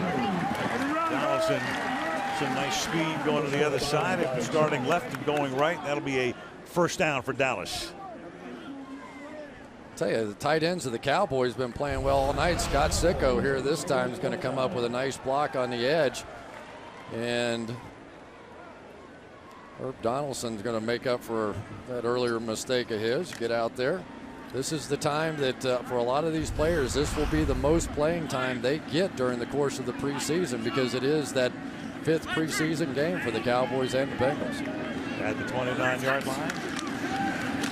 McGee lofting one to the end zone and throwing it out of the end zone for Ogletree. Well, we cover preseason every year and we say the same things. 2 things happen at this point in the game. Guys are trying to win jobs, either on their own roster or on somebody else's roster. If you're not going to get a job with your team, at least you have something on tape and somebody else's personnel people can look at you and say, let's take a chance on this guy. You got that right. And if for some reason Geno Atkins gets away from the Cincinnati Bengals, somebody else is going to pick him up. He has proven to be that interior pass rusher the Bengals have needed for a while.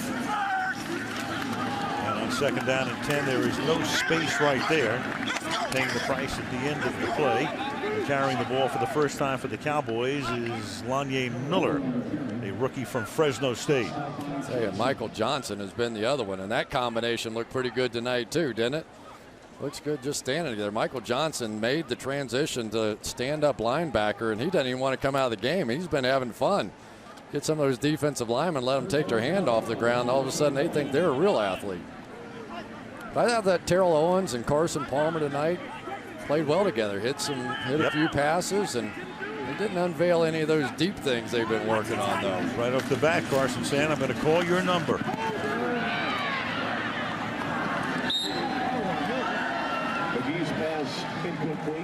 That's making sure it's thrown away. Yep. Not too often do you get a souvenir in the first row at the 50-yard line. There they are. Going to be one of the most talked about combinations. I talked about it a little bit, and here comes Beeler back on the field again. He's hit his first two, and really this is more in his range right here. This is going to be, for him, the distance will be no issue at all. He's backed up. He's been trying them in practice from 63 yards. 49-yard attempt. McBriar with the hold. Well, yeah. So that's a 300-yard drive, but you hit it off the hospitality tent. I think Tiger can feel his pain. Yeah. 6-0 Dallas.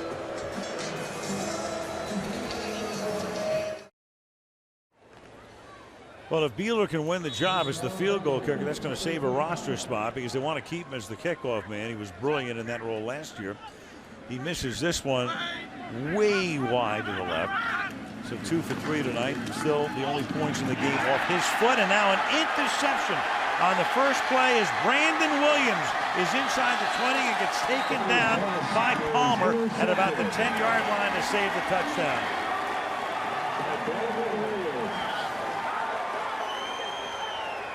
'59 wide open over the middle. Unfortunately, he's in white and blue. Well, Brandon Williams right here is going to step up and then go right over here back to the other side. Oh, I'm sorry. He's right on the end line of scrimmage on the outside and drop back underneath that slant. There really was nothing too fancy about that at all. It wasn't any great mystery. I just don't think that Jordan ever saw him. I'll tell you, for Brandon Williams, a guy that missed last season with a knee injury, it's a pretty good way to start this season. 1st and goal now for the Dallas Cowboys from the 9-yard line. This is Donaldson. Gets 3. Line of scrimmage will be the 6. It will be 2nd down and goal. Yeah, the Cowboys really have some good young linebackers on this team. We just saw Brandon Williams, and they like him, and Jason Williams, a 3rd-round pick, their highest pick a season ago. They like him, and Leon Williams and Victor Butler, and they feel really good. And Keith Brooking and Brady James are definitely still the starters, but nice to have some guys that you have confidence in coming up the ranks. And Sean Lee is hurt. He's not playing, and that one is tipped up in the air and then alertly batted away by McGee. Yeah, it's a great point, Al. Sean Lee is a guy that they've been really impressed with. He's had the quad injury and hasn't had much of a chance to practice thus far, but what little they've seen has been enough. They have been really excited by him.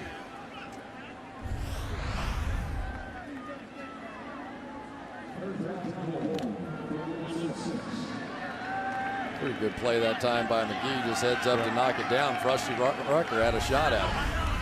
3rd down and goal now. 9 minutes left in a game without a touchdown.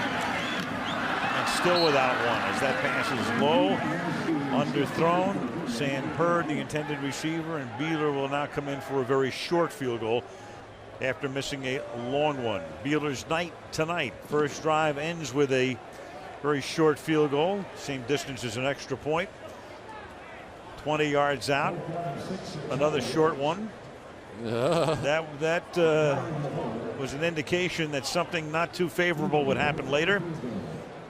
Tees off on the first and hits it to the 9th fairway there. And now we'll try another one from very makeable distance, 23 yards. McBride to put it down, and that one is perfect. So with 9:03 remaining now in the third quarter, Dallas 9, Cincinnati nothing. Next up, Ricky Jackson visiting with Andrea.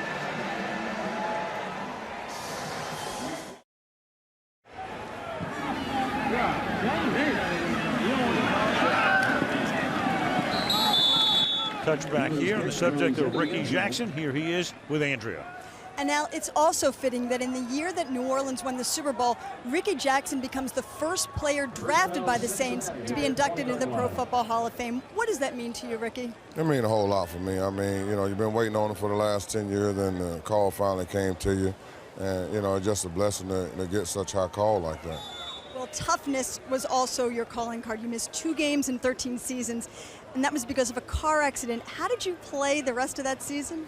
Well, I mean, you know, I didn't want to miss the first game. So, you know, fortunately, Coach helped me out. But, you know, with the cage and stuff that I had on the face mask, I could have still played, but he decided to hold me out. Because you had your jaw wired shut. That's pretty good. Now, as for the Dome Patrol, Pat Swilling, Vaughn Johnson, the late Sam Mills, and yourself, what was special about that unit? All of us worked hard, all of us are smart, and we kind of fed off of one another, know what each other were going to do, and we put a lot of time together and studied the film, and we know what the offensive team is going to do.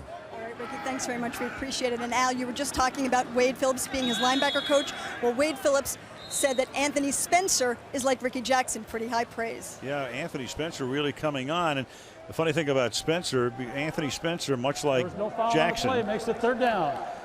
Plays in the, well, there was no foul, just a kneel down. Much like Anthony Spencer, Ricky Jackson always played kind of a second fiddle role, even going back to college, because DeMarcus Ware is the guy in Dallas. I mean, he's going to be your #1 pass rusher. Spencer came on last year, and he's always going to be the other guy. As a toss is taken here, and a first down is gained by Scott. But going back, Chris, to when Ricky Jackson was at the University of Pittsburgh, on the other side of the line was Hugh Green. Right. And Hugh Green was such a highly heralded high school player that Keith Jackson, who used to love to call players horses, Keith called Hugh Green a horse and a half. So when you're playing opposite a horse and a half and you're just a horse, people are going to overlook you. Well, what does that make Ricky Jackson? He made the Hall of Fame. Hugh Green did. He's got to be a double horse. He's a horse and 3/4 right now. There you go. I remember Hugh Green, though, too. He was tough. 1st and 10. And then the same thing as Andrea pointed out, the Dome Patrol. I mean, you had a lot of publicity going to Vaughn Johnson, certainly Pat Swilling, Sam Mills through the years, and then Ricky was just one of the guys. Yeah, he was a pretty good one of the guys. Yep. So you talked a little bit about Anthony Spencer, and of course DeMarcus Ware's the star, and he goes to all the Pro Bowls and all those things. But Anthony Spencer, remember, he was a guy that was a defensive end in college. They make the shift, stand him up to outside linebacker. And I tell you, about halfway through the season last year, a light went on for him. He was pretty incredible.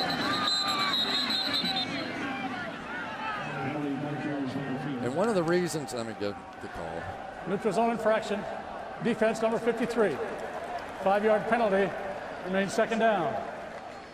And they're convinced that for Anthony Spencer, one of the reasons was that playing linebacker was so completely different that he would see things, but he would sort of hesitate, and he would, you know, not just fire right away. And then about mid-season last year, he didn't have any sacks. They felt like that mentally he was catching up to the position, and when those reads got faster, all of a sudden he started getting some of those sacks. And this is turning into a little bit of a circus out here, isn't it? Well, but especially with the beach ball coming into the picture as the flag comes in. Offense number 79. 5-yard penalty. Remains second down. That's Isaac Souls. So how many penalties have we had in the game? You want to know? 14. And how many of them by the Bengals? 10. Yeah.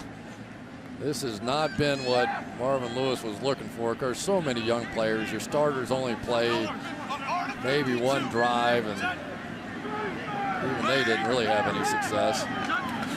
On second down and 10. And Jordan Palmer gets swallowed up. Steve Octavian talking about DeMarcus Ware, that Cowboy defense last year. They were great. Wade Phillips really taking control of that defense. You talked about Alan Ball will be the new starter there. Spencer's coming on. Marcus Spears, though, is hurt, and he's going to be out for probably the entire preseason, so that could be a little bit problematic for them along the line.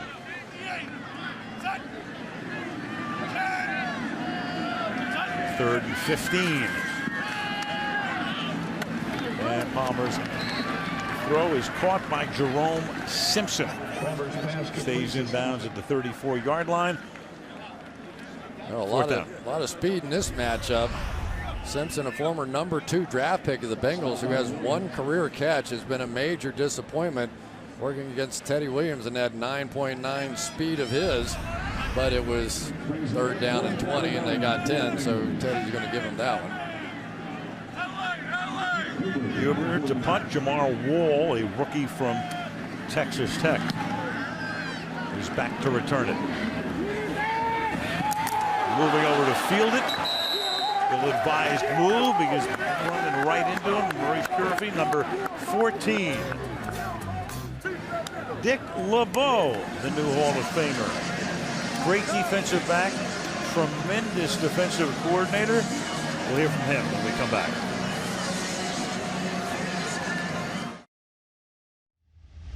Life is for living, folks. Don't let a number be anything other than a number. Don't let somebody tell you that you're too old to do this or you're too old to do that. Stay in life. Life is a gift. My mother always said, onward and upward. Age is just a number. God love you all. Thank you.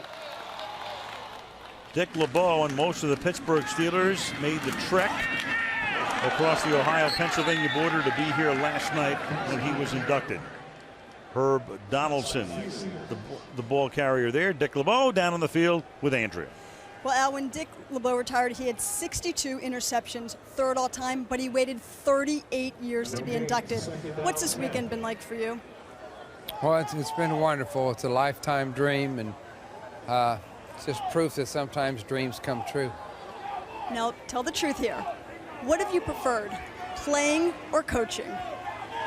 Well, I love both, actually, but if you gave me an option of which one to go into the Hall of Fame as, I'd take playing every time. And yet, look at your players. Even back in 2007, when they came here to this game, they wore your 44 jerseys. They've lobbied so strong. What did it mean to you to have so much of the Pittsburgh Steelers team and the management there last night? Well, it's a fulfillment of your life's work, really, to be received by the people that you work with in that method. And this is the highest compliment I've ever had for those guys to leave training camp, and for the Rooneys and head coach Mike Tomlin to let them come. I'm just completely humbled by it, but I really, it's a memory that I'll never forget. Thank you very much, Dick. Congratulations. And Al, I remember that Dick LeBeau has received Father's Day cards from both past and present players, and even Troy Polamalu called him the greatest coach of all time. Well, a lot of people think very, very highly of him as Donaldson is stopped there fourth down. And, you know, Chris, we've known a lot of guys. By the way, look at Dick LeBeau. He's going to be 73 years old on Thursday, September 9th, start of the season. Still, his speech said it all. We saw a little bit about, you know, hey, live life no matter how old you are. It's just a number, and here he is. As good an assistant coach, as good a coordinator as there is in the league right now. You know, you hear about guys all the time that can do it, but he shoots under his age all the time. A great golfer, and still reads to his players. It was the night before Christmas, every Christmas Eve at practice, and they go nuts. Every time I see him, I say, I need a golf tip. He goes, take it back low and slow, bro. Dick LeBeau.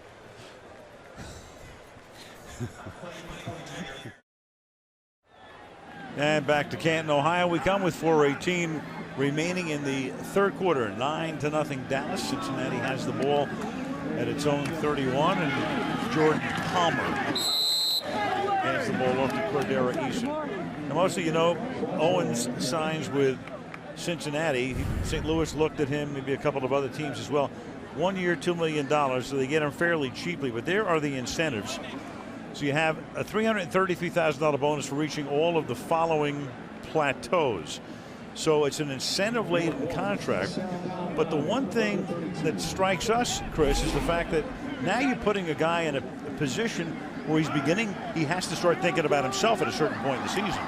Yeah, and that's not a good thing. I mean, if you want to, here we go. Yeah, here's Matt Jones, another guy with a checkered past that Cincinnati has taken a chance with, and the former Jacksonville Jaguar takes the ball across the 50, and that's the first time that Cincinnati has been over the 50-yard line tonight. Well, Matt Jones, a guy set out football a season ago, just catches the ball, and that was Jamar Wall, who took a little too big a chance without any help in behind him. But for Matt Jones, it hasn't been an overly impressive camp. Maybe that play will help him get on track. 6'6" receiver, and there's Williams banging right into the face of Cordero Eason, the Mississippi rookie. But let's go back to Owens. Aren't you putting him in a position where, you know, if he's coming up upon some of those plateaus, he's going to say, I got to get the ball? Yes, exactly. And if your issue going in is he going to have any problems being a little selfish? Is there going to be too much competition catching the ball with Chad? You know, the last thing in the world you want to do is put one of those incentive contracts for number of touchdowns, number of catches, whatever. And so I'm sure that because of what the contract was, it wasn't a huge number. I think it was $2 million with $2 million worth of incentives. But it probably would have been better served had it been tied to wins or making the playoffs or winning a Super Bowl. Andrea, you're our staff CFO. What do you think about this?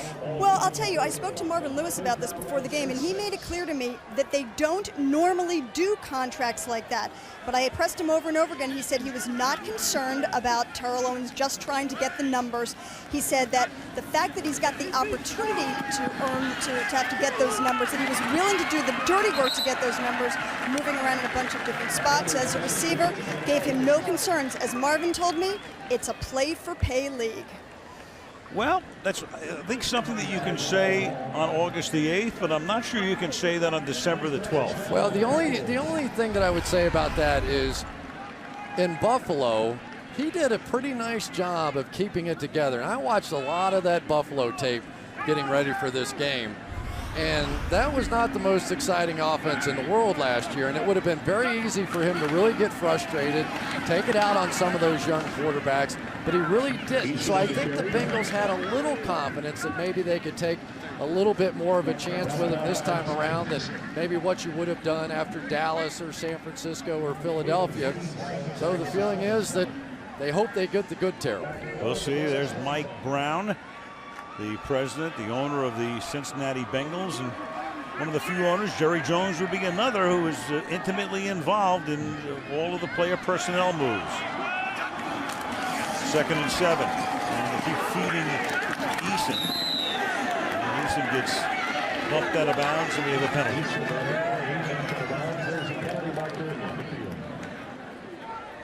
Holding. Offense number 73. 10-yard penalty. Repeat, 2nd down. I want to go back and make one point, though, Al, that I did kind of quickly before. In watching those tapes, the thing that was shocking to me almost, because it seemed like no teams were really interested in Terrell Owens. You know, he was out there and the price kept dropping, and the Bengals finally got him for like $2 million. I said he must have really lost a step last year in Buffalo. But when you put on the tape, he ran by people. He was intimidating people with his speed, and what Carson Palmer reported back was we need that speed guy on the outside, and they think it's going to be Terrell Owens. 2nd and 17. And that pass, official goes over for a better look and says incomplete. Bobbled, juggled it, going out of bounds. But it's really going to be a tough situation this year. What are you going to do defensively? You've got Cedric Benson, who ran for 1,200 yards a season ago.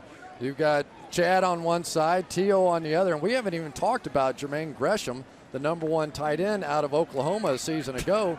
And you got a guy that does stylish stuff on the sideline and everything.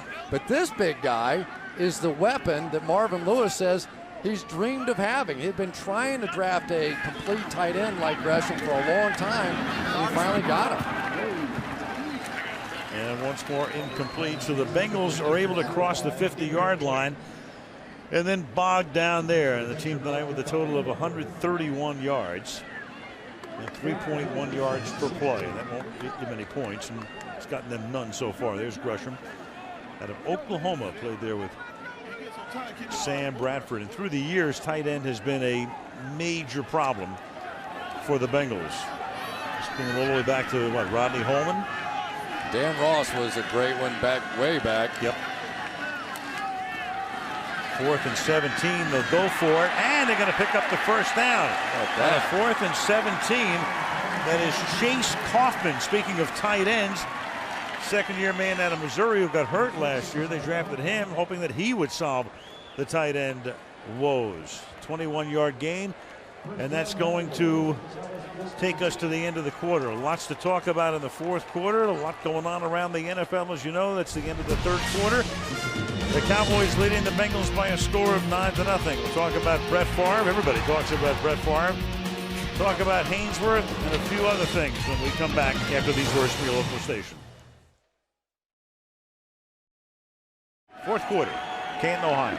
Al Michaels, Chris Collinsworth, Andrea Kramer. 9-0 Dallas. And Cincinnati with the ball at the 15 after a 4th and 17 conversion, and the ball is on the ground at the 11-yard line, and all of the Cowboys are pointing in their direction. They're certain they have it.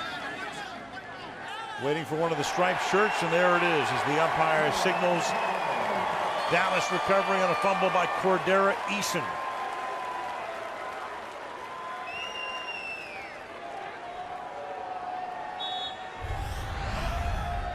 Looked like Jimmy Sadler McQueen's the one that came across there and got that thing out.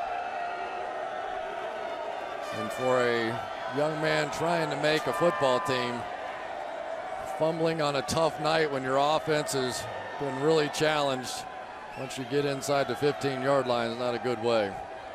Steve Octavian got in there, and Josh Brent, a rookie from Illinois, recovered. An insult to injury. Eason. Eason goes over to the sideline. He walks off the field after the fumble. Dallas recovers. Dallas takes over deep in its own territory. Early fourth quarter. Cowboys lead 9-0. And McGee hands the ball off to the up back. It is the fullback, Chris Gronkowski, rookie from Arizona. And the one guy on that Cincy D having a big night tonight is that big 6'7" Johnson. Yeah, he's creating some good problems for Marvin Lewis. They've taken a defensive end who typically rushes with his hand on the ground and have stood him up to play outside linebacker, and he's been a nightmare for the Cowboys all night long. And specifically Stephen McGee is going to get him again here. But the ramifications of this is now what do you got to do? You got to get him on the field somewhere. And does that mean Ray Maluga goes inside? Second down and 8. And the catch is made on the near sideline. Terrell Hudgens, the rookie from Elon, making a nice grab and staying in bounds. Terrell Hudgens is a guy that's used to catching the football. He had a remarkable career in college. 395 catches, 5,250 yards. Those are Jerry Rice numbers coming out of college. Perfect throw and nice job catching the football. From the 25-yard line. McGee. Second down. So the question, of course, the offseason always full of stories and much more drama to come. Whether Brett Favre, I mean, all of a sudden last week for a couple of hours, he's texting his teammates. It looks like he's done. That turns out to be semi-bogus. That's a lot of stuff does in the offseason.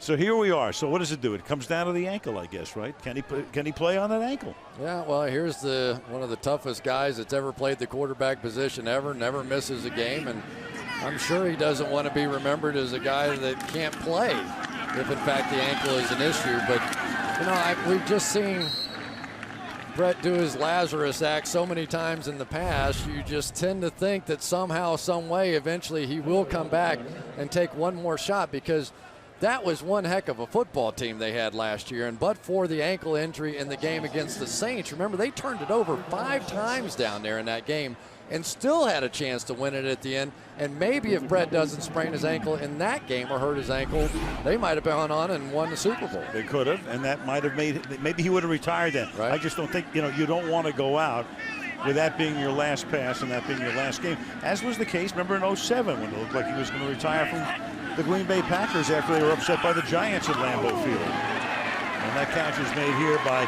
Jesse Holley. I've heard some people say, Favre loves this attention and he needs it, and he's a bit of a megalomaniac. Look, we know him. I don't see that at all. I think this is just a matter of, is he healthy enough? Can he play? Can he do what he has to do to perform at the level he wants to perform at? Well, he doesn't mind attention, though, right? He doesn't mind it, but I don't think he goes. He doesn't go out and seek it. I agree with you. I think that he would love to take a shot to go out like John Elway with the World Championship, and that team is set to do that. They are ready. They are talented. They have great young talent, and if he's healthy, and even if he's not quite 100% healthy, I still think he comes back. And the interesting thing could be is, does he necessarily have to be there on opening night? And I'm sure that debate's going to come up as well. This is a roughing the passer call against Frosty Rucker. Frosty Rucker came clean and got a shot at the end of that one. Kind of tough sometimes for a defensive player right there. Yeah, they're going to protect the quarterbacks. You can bet on that. I don't think Frosty cared. He got a shot. He could have used the Frosty, but not that one. 1st and 10. The ball is at the 43-yard line.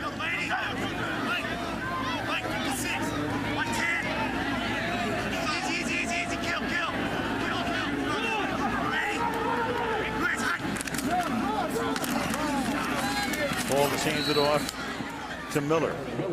Okay, so 32 days till the opener. You know that Brett's not going to play preseason, if maybe one game at the end, who knows. Right. So we're in New Orleans. We're doing the game on NBC. I say 60-40 he's there. What do you say? I think better than that. I'm relatively confident that he will be able to do something. Remember, he went back in that championship game on that ankle and managed to get through that one. I just think that he has a passion to go out as world champion. And as you look at the Minnesota Vikings, Sidney Rice and Percy Harvin and Adrian Peterson, it's a loaded football team.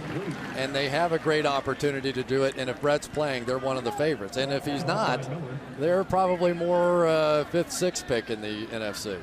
It's Miller making the catch. I'm saying 60-40, he's there opening night.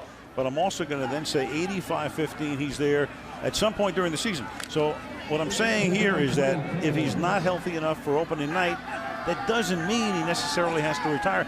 Maybe he's ready to go by the end of September, early October. And if I'm not mistaken, I think they have 3 games to start the season and then a bye week. So there are plenty of possibilities in there for a return at some point.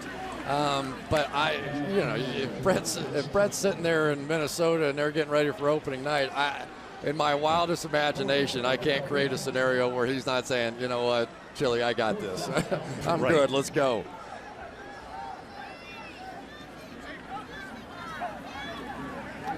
Cowboys to punt on 4th down. And like most preseason games, a lot of penalties and a lot of punts. This will be the 14th of the night. McBride to send it down to Jordan Shipley.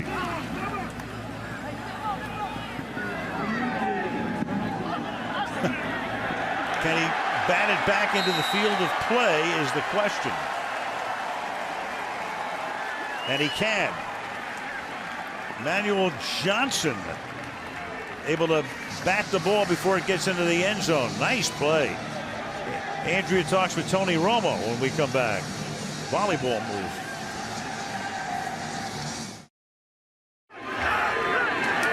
Ball at the 1-yard line. And giving them some breathing room is Joe Tronzo. What about Tony Romo? His thoughts. Here's Andrea. Thanks very much, Al. Well, hate to bring this up, but when we last saw the Cowboys, you're getting thumped by the Vikings 34-3. What do you take away from that loss? Well, I appreciate you bringing it up. That was nice. I warned you. Come on. No, I think you always learn in those situations. And each offseason that we go into, I think you try to improve,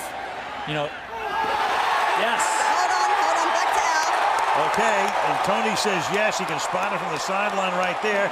Because it is intercepted by Brandon Sharp and run in for the first touchdown of the 2010 preseason. Brandon Sharp, a rookie from Texas Tech.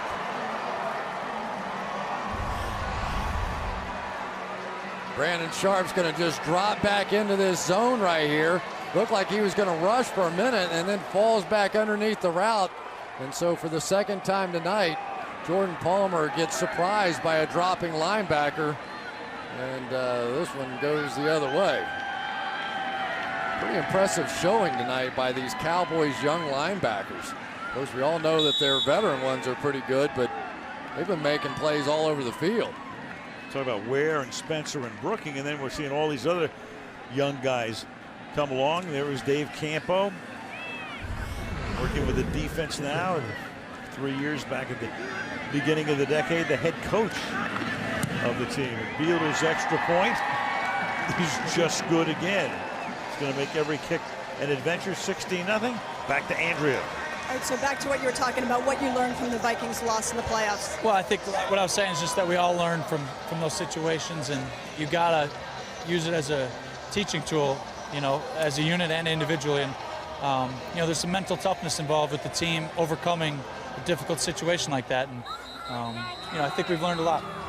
Now, last year, you passed for a career high in yardage and became the first quarterback in team history to take every snap. Now, you always talk about room for improvement. Yeah. What did you fine-tune in the offseason?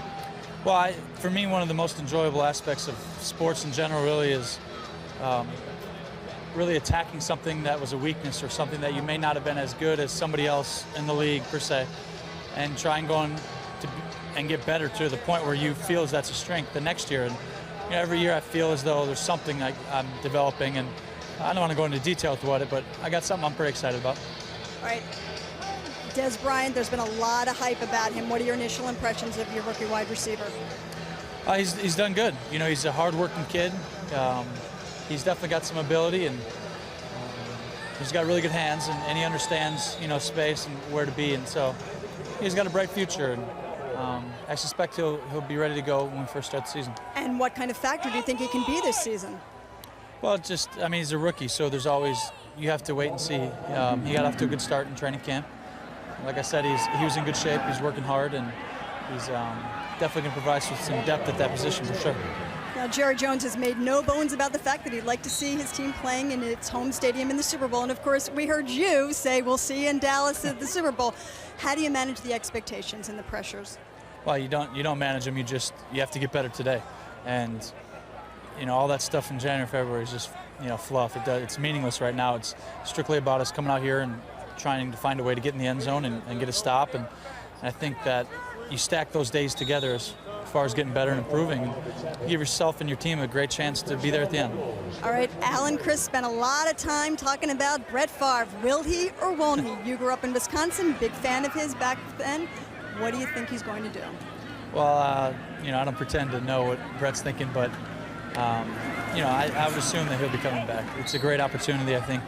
That organization has a lot of, the pieces in place, and I know Brett loves the game, so from that perspective, I'd be surprised if he didn't come back. Tony, thank you so much, and we're going to look forward to seeing you week 1. No, I appreciate it. Thanks.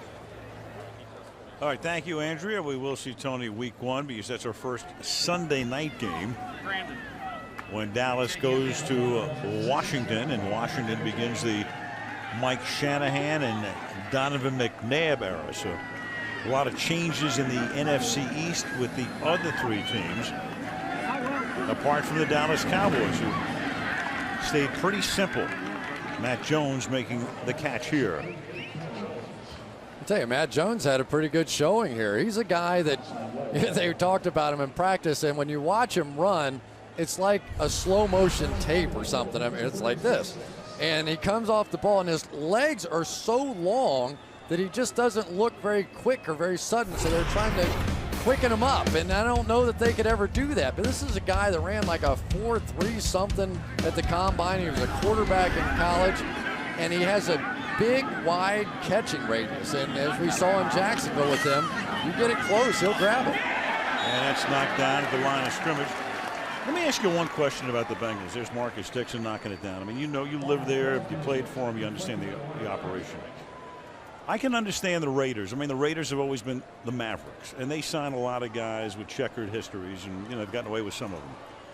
But the Bengals are one of the more conservative teams in one of the more conservative areas. I lived there, I know, you know, for 3 years, I get it. And Mike Brown would be, you would think, one of the more conservative owners, the son of Paul Brown. And they've been known for not spending a lot of money through the years.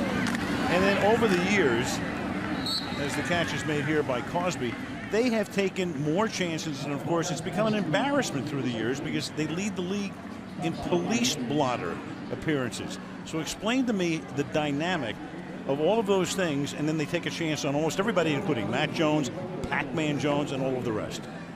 I think because of Marvin Lewis.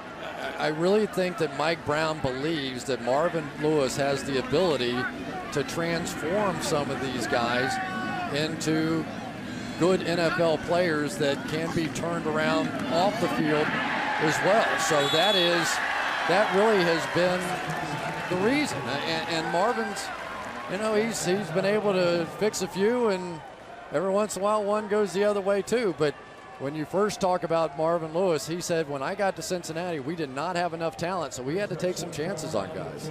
It's Victor Butler who gets the sack here and forces another Cincinnati punt. But I always thought at some point Mike Brown would say, you know, I can't do this because it just doesn't play well. Well, neither does losing. Right. They wanted to get on that W side for a little while, too.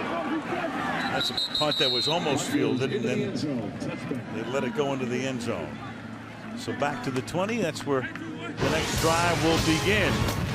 Opener of the 2010 preseason schedule. 16-0 Cowboys.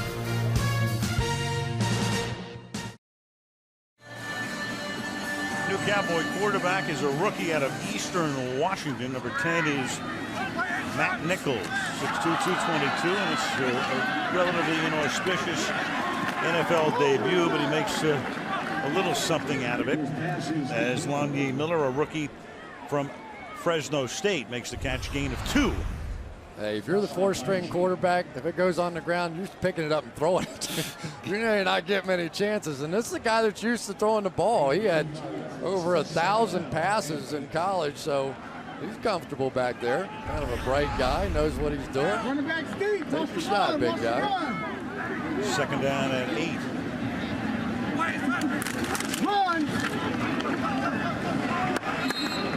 Miller. And that's Atkins. Geno Atkins making a mark tonight. The rookie out of Georgia. Picked him in the 4th round. Well, Michael Johnson's made an impression, but this guy has made an equal impression right here.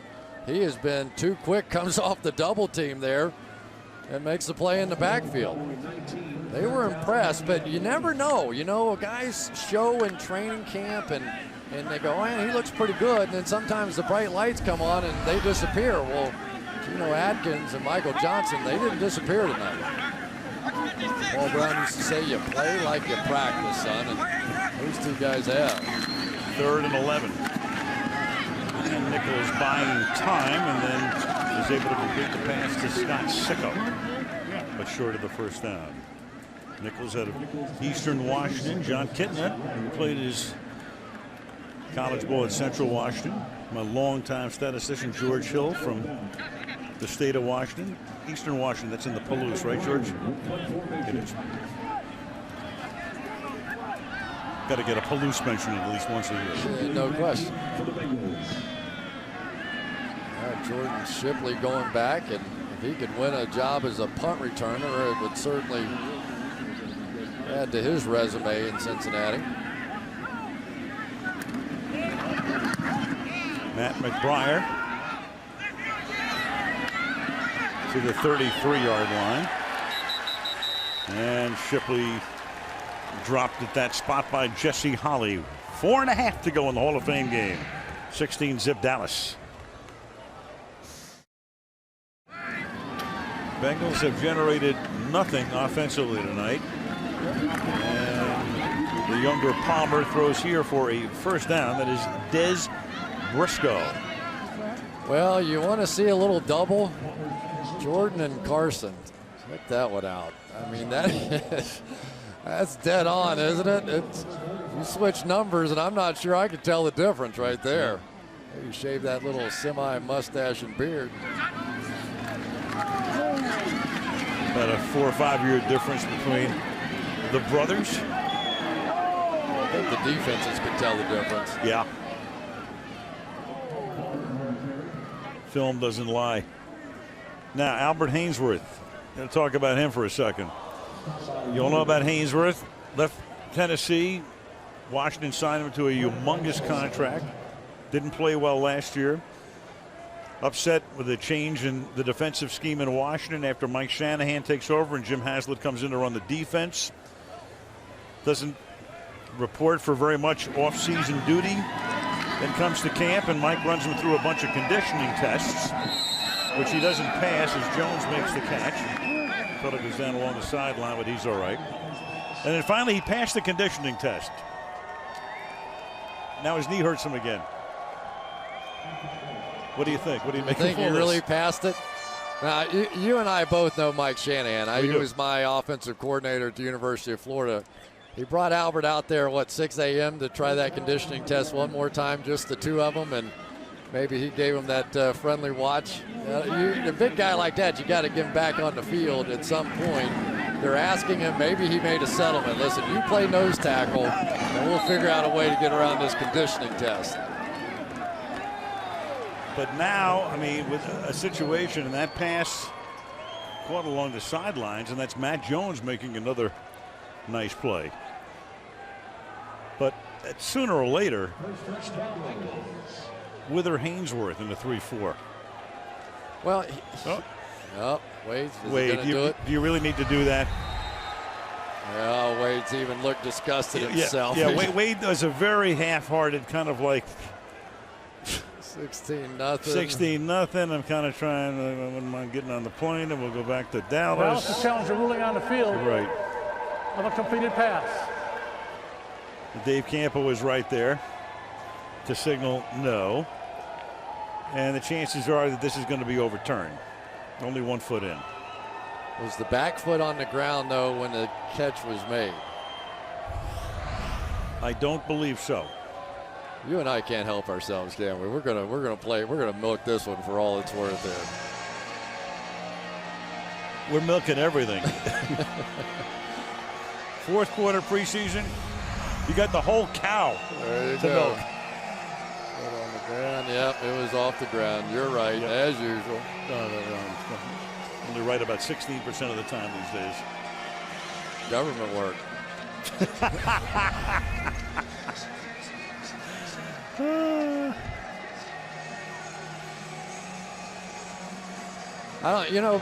Getting back to Albert Hainsworth, though, for a minute, it's an interesting thing. Yes, he made $100 million, and yes, he shouldn't be complaining. He should be running to work every day. Where do you want to line me up, coach? But he wouldn't be the only 3-technique tackle in the world that would complain if you put him at nose tackle. Because at nose tackle, you play the 3-technique in between that guard and tackle gap. There are 2 guys that might hit you on any given play. You line up at nose tackle, there are 3 guys that can chop out your knees on any given play. Guys don't want to be in there. Do me one small favor. If you walk down a street in Columbus, and said, explain what a 3-technique tackle is to 100 people, 1 might tell you what it is, right? Maybe a high school coach. Would you say tell everybody what a 3-technique tackle is? I'd be looking for Jim Tressel if I was going to try that experiment out there. Right. Yeah, I mean, it's basically the tackle position that's in between the guard and the tackle, and in most 4-man lines, his job is to penetrate and get up the field, a la John Randall, Warren Sapp, those kind of guys were the great ones that could do it. The B gap or the A gap? It would be the B gap. I know, right? I'm just saying, I'm hearing all this stuff all week long. I'm going, guys, explain what you're talking about. People have no idea when you talk about a 3 technique and the A and B gap, right? You know, it's not that complicated. It's right. Because there are football players on the other end of this thing. So the Correct. A gap is the first gap, the B gap is the second Right. gap, the 1 hole or the 3 hole, and that's basically where it comes from.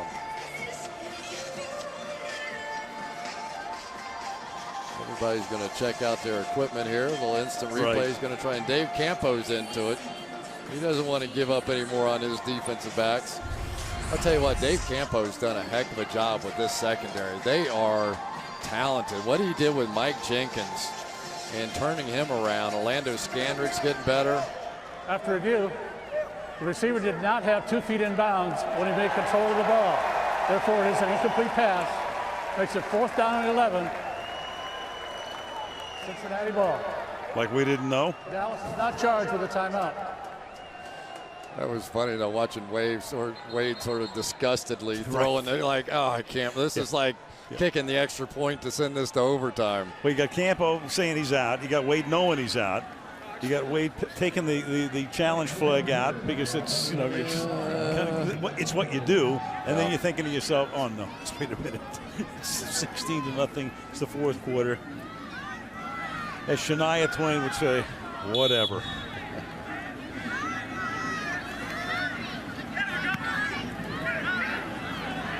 Huber's punt. And it's a fair catch made by Jamar Wall. Well, we've got opening night coming up on September the 9th. There was Michael Strahan coming in when the Giants had won the Super Bowl the following year, and the bus went back to Pittsburgh, and New England celebrated, and so did Indianapolis, and it's become a tradition for the opener to be in the home of the prior year's Super Bowl champions, and thus the tradition continues when we go to New Orleans for the opener on NBC on Thursday night, September the 9th, and it's the Minnesota Vikings and the New Orleans Saints. I don't think it'll be loud or noisy or excited fans down there, do you? We'll have to borrow Drew Brees' son's headphones. How about our 2 games? Noise blockouts. We have the opener down there and we have Halloween night down there. How about that combination? Yeah, look, we've opened to New Orleans alike. Every night is Halloween down there. Oh, I like New Orleans. That's a heck of a city. It is going to be fun. Of course, it's really a rematch of what arguably was the best game of the season last year. All the pressure, the back and forth nature, 2 great quarterbacks going at it, up and down the field, overcoming turnovers, and it comes down to a last-second kick. It was as good as this league can offer for a championship game. 2nd and 4. And that's going to take us to the 2-minute warning in Canton, Ohio. Dallas Cowboys tonight have outgained the Bengals 299 to 178. 1 touchdown in the game, and it was scored by the defense. There's Rich Dalrymple, the great public relations maven of the Cowboys, going over things with Romo. 2-minute warning.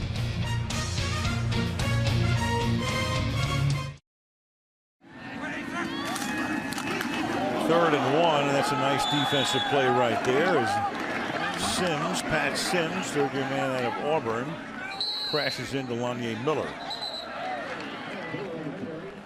Well, the one thing you want to do in preseason, the first thing is come away without injury. Cincinnati just took a timeout, but that has not been the case tonight. We've had a few. There they are for the Cowboys. John Phillips really had a great first half before he went out with a knee injury. Then Brian Leonard, who is a very key guy for Cincinnati's offense with the foot. We saw Crocker get hurt on special teams. And Easton, after that fumble, leaves with a foot injury. Tell you, John Phillips had a nice night tonight there, didn't he? Comes in, Martellus Bennett not playing in this one. He caught the ball early on. That's a tough catch right there. Lead blocker in the backfield. Get Frosty Rucker out of there. Down on the line of scrimmage. And that's when he got hurt.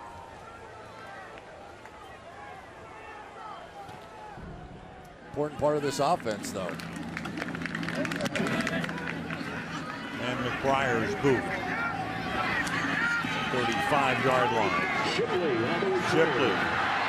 And Shipley giving Cincinnati something to cheer about. Gets by McBriar. He's inside the 10. And he's rolled out of bounds at about the 2-yard line. That's a 64-yard run back for the rookie out of Texas. Happiest guy on the team other than Shipley right now is Carson Palmer. He's selling this kid to everybody. He really thinks he's something special. Maybe not the purest flat-out speed, but you see the quickness. You see the physical nature of his play, and as Carson said, you never have to tell him the same thing twice. He gets it.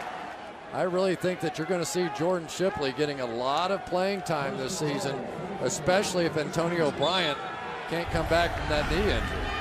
And all the Longhorn fans know all about that. He was a great punt returner in Austin. This is Bernard Scott, who probes the middle and gets about halfway to the goal line. Actually, Shipley broke the records of Roy Williams, the Cowboys receiver there. Well, now, you know, Al, we could have a touchdown, 2-point conversion, another touchdown, onside kick, 2-point conversion, tie this thing right up. Well, wash your mouth out with soap. Second and goal at the 1. Under a minute to play. And Palmer chased, fires back of the end zone, caught, touchdown. And that is Darius Hill with his first catch of the night to make it 16-6.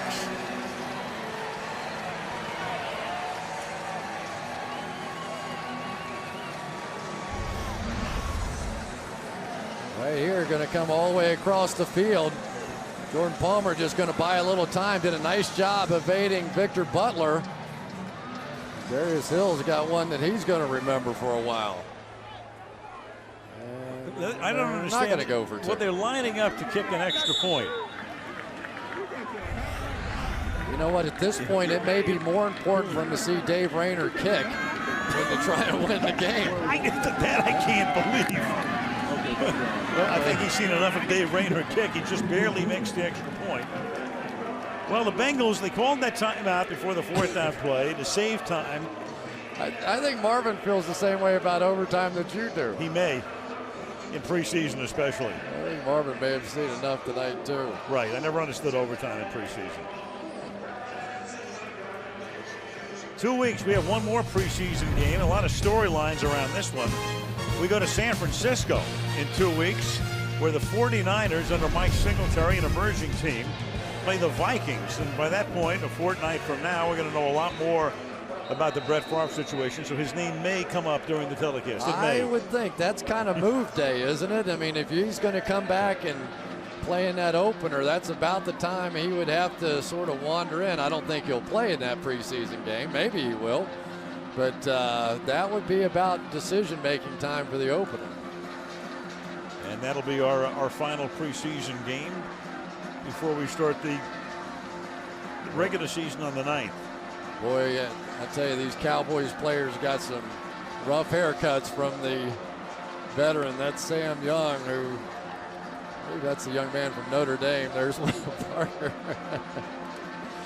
Oh boy, the offensive lineman paid a heavy price for the love the veterans were going to lay on him.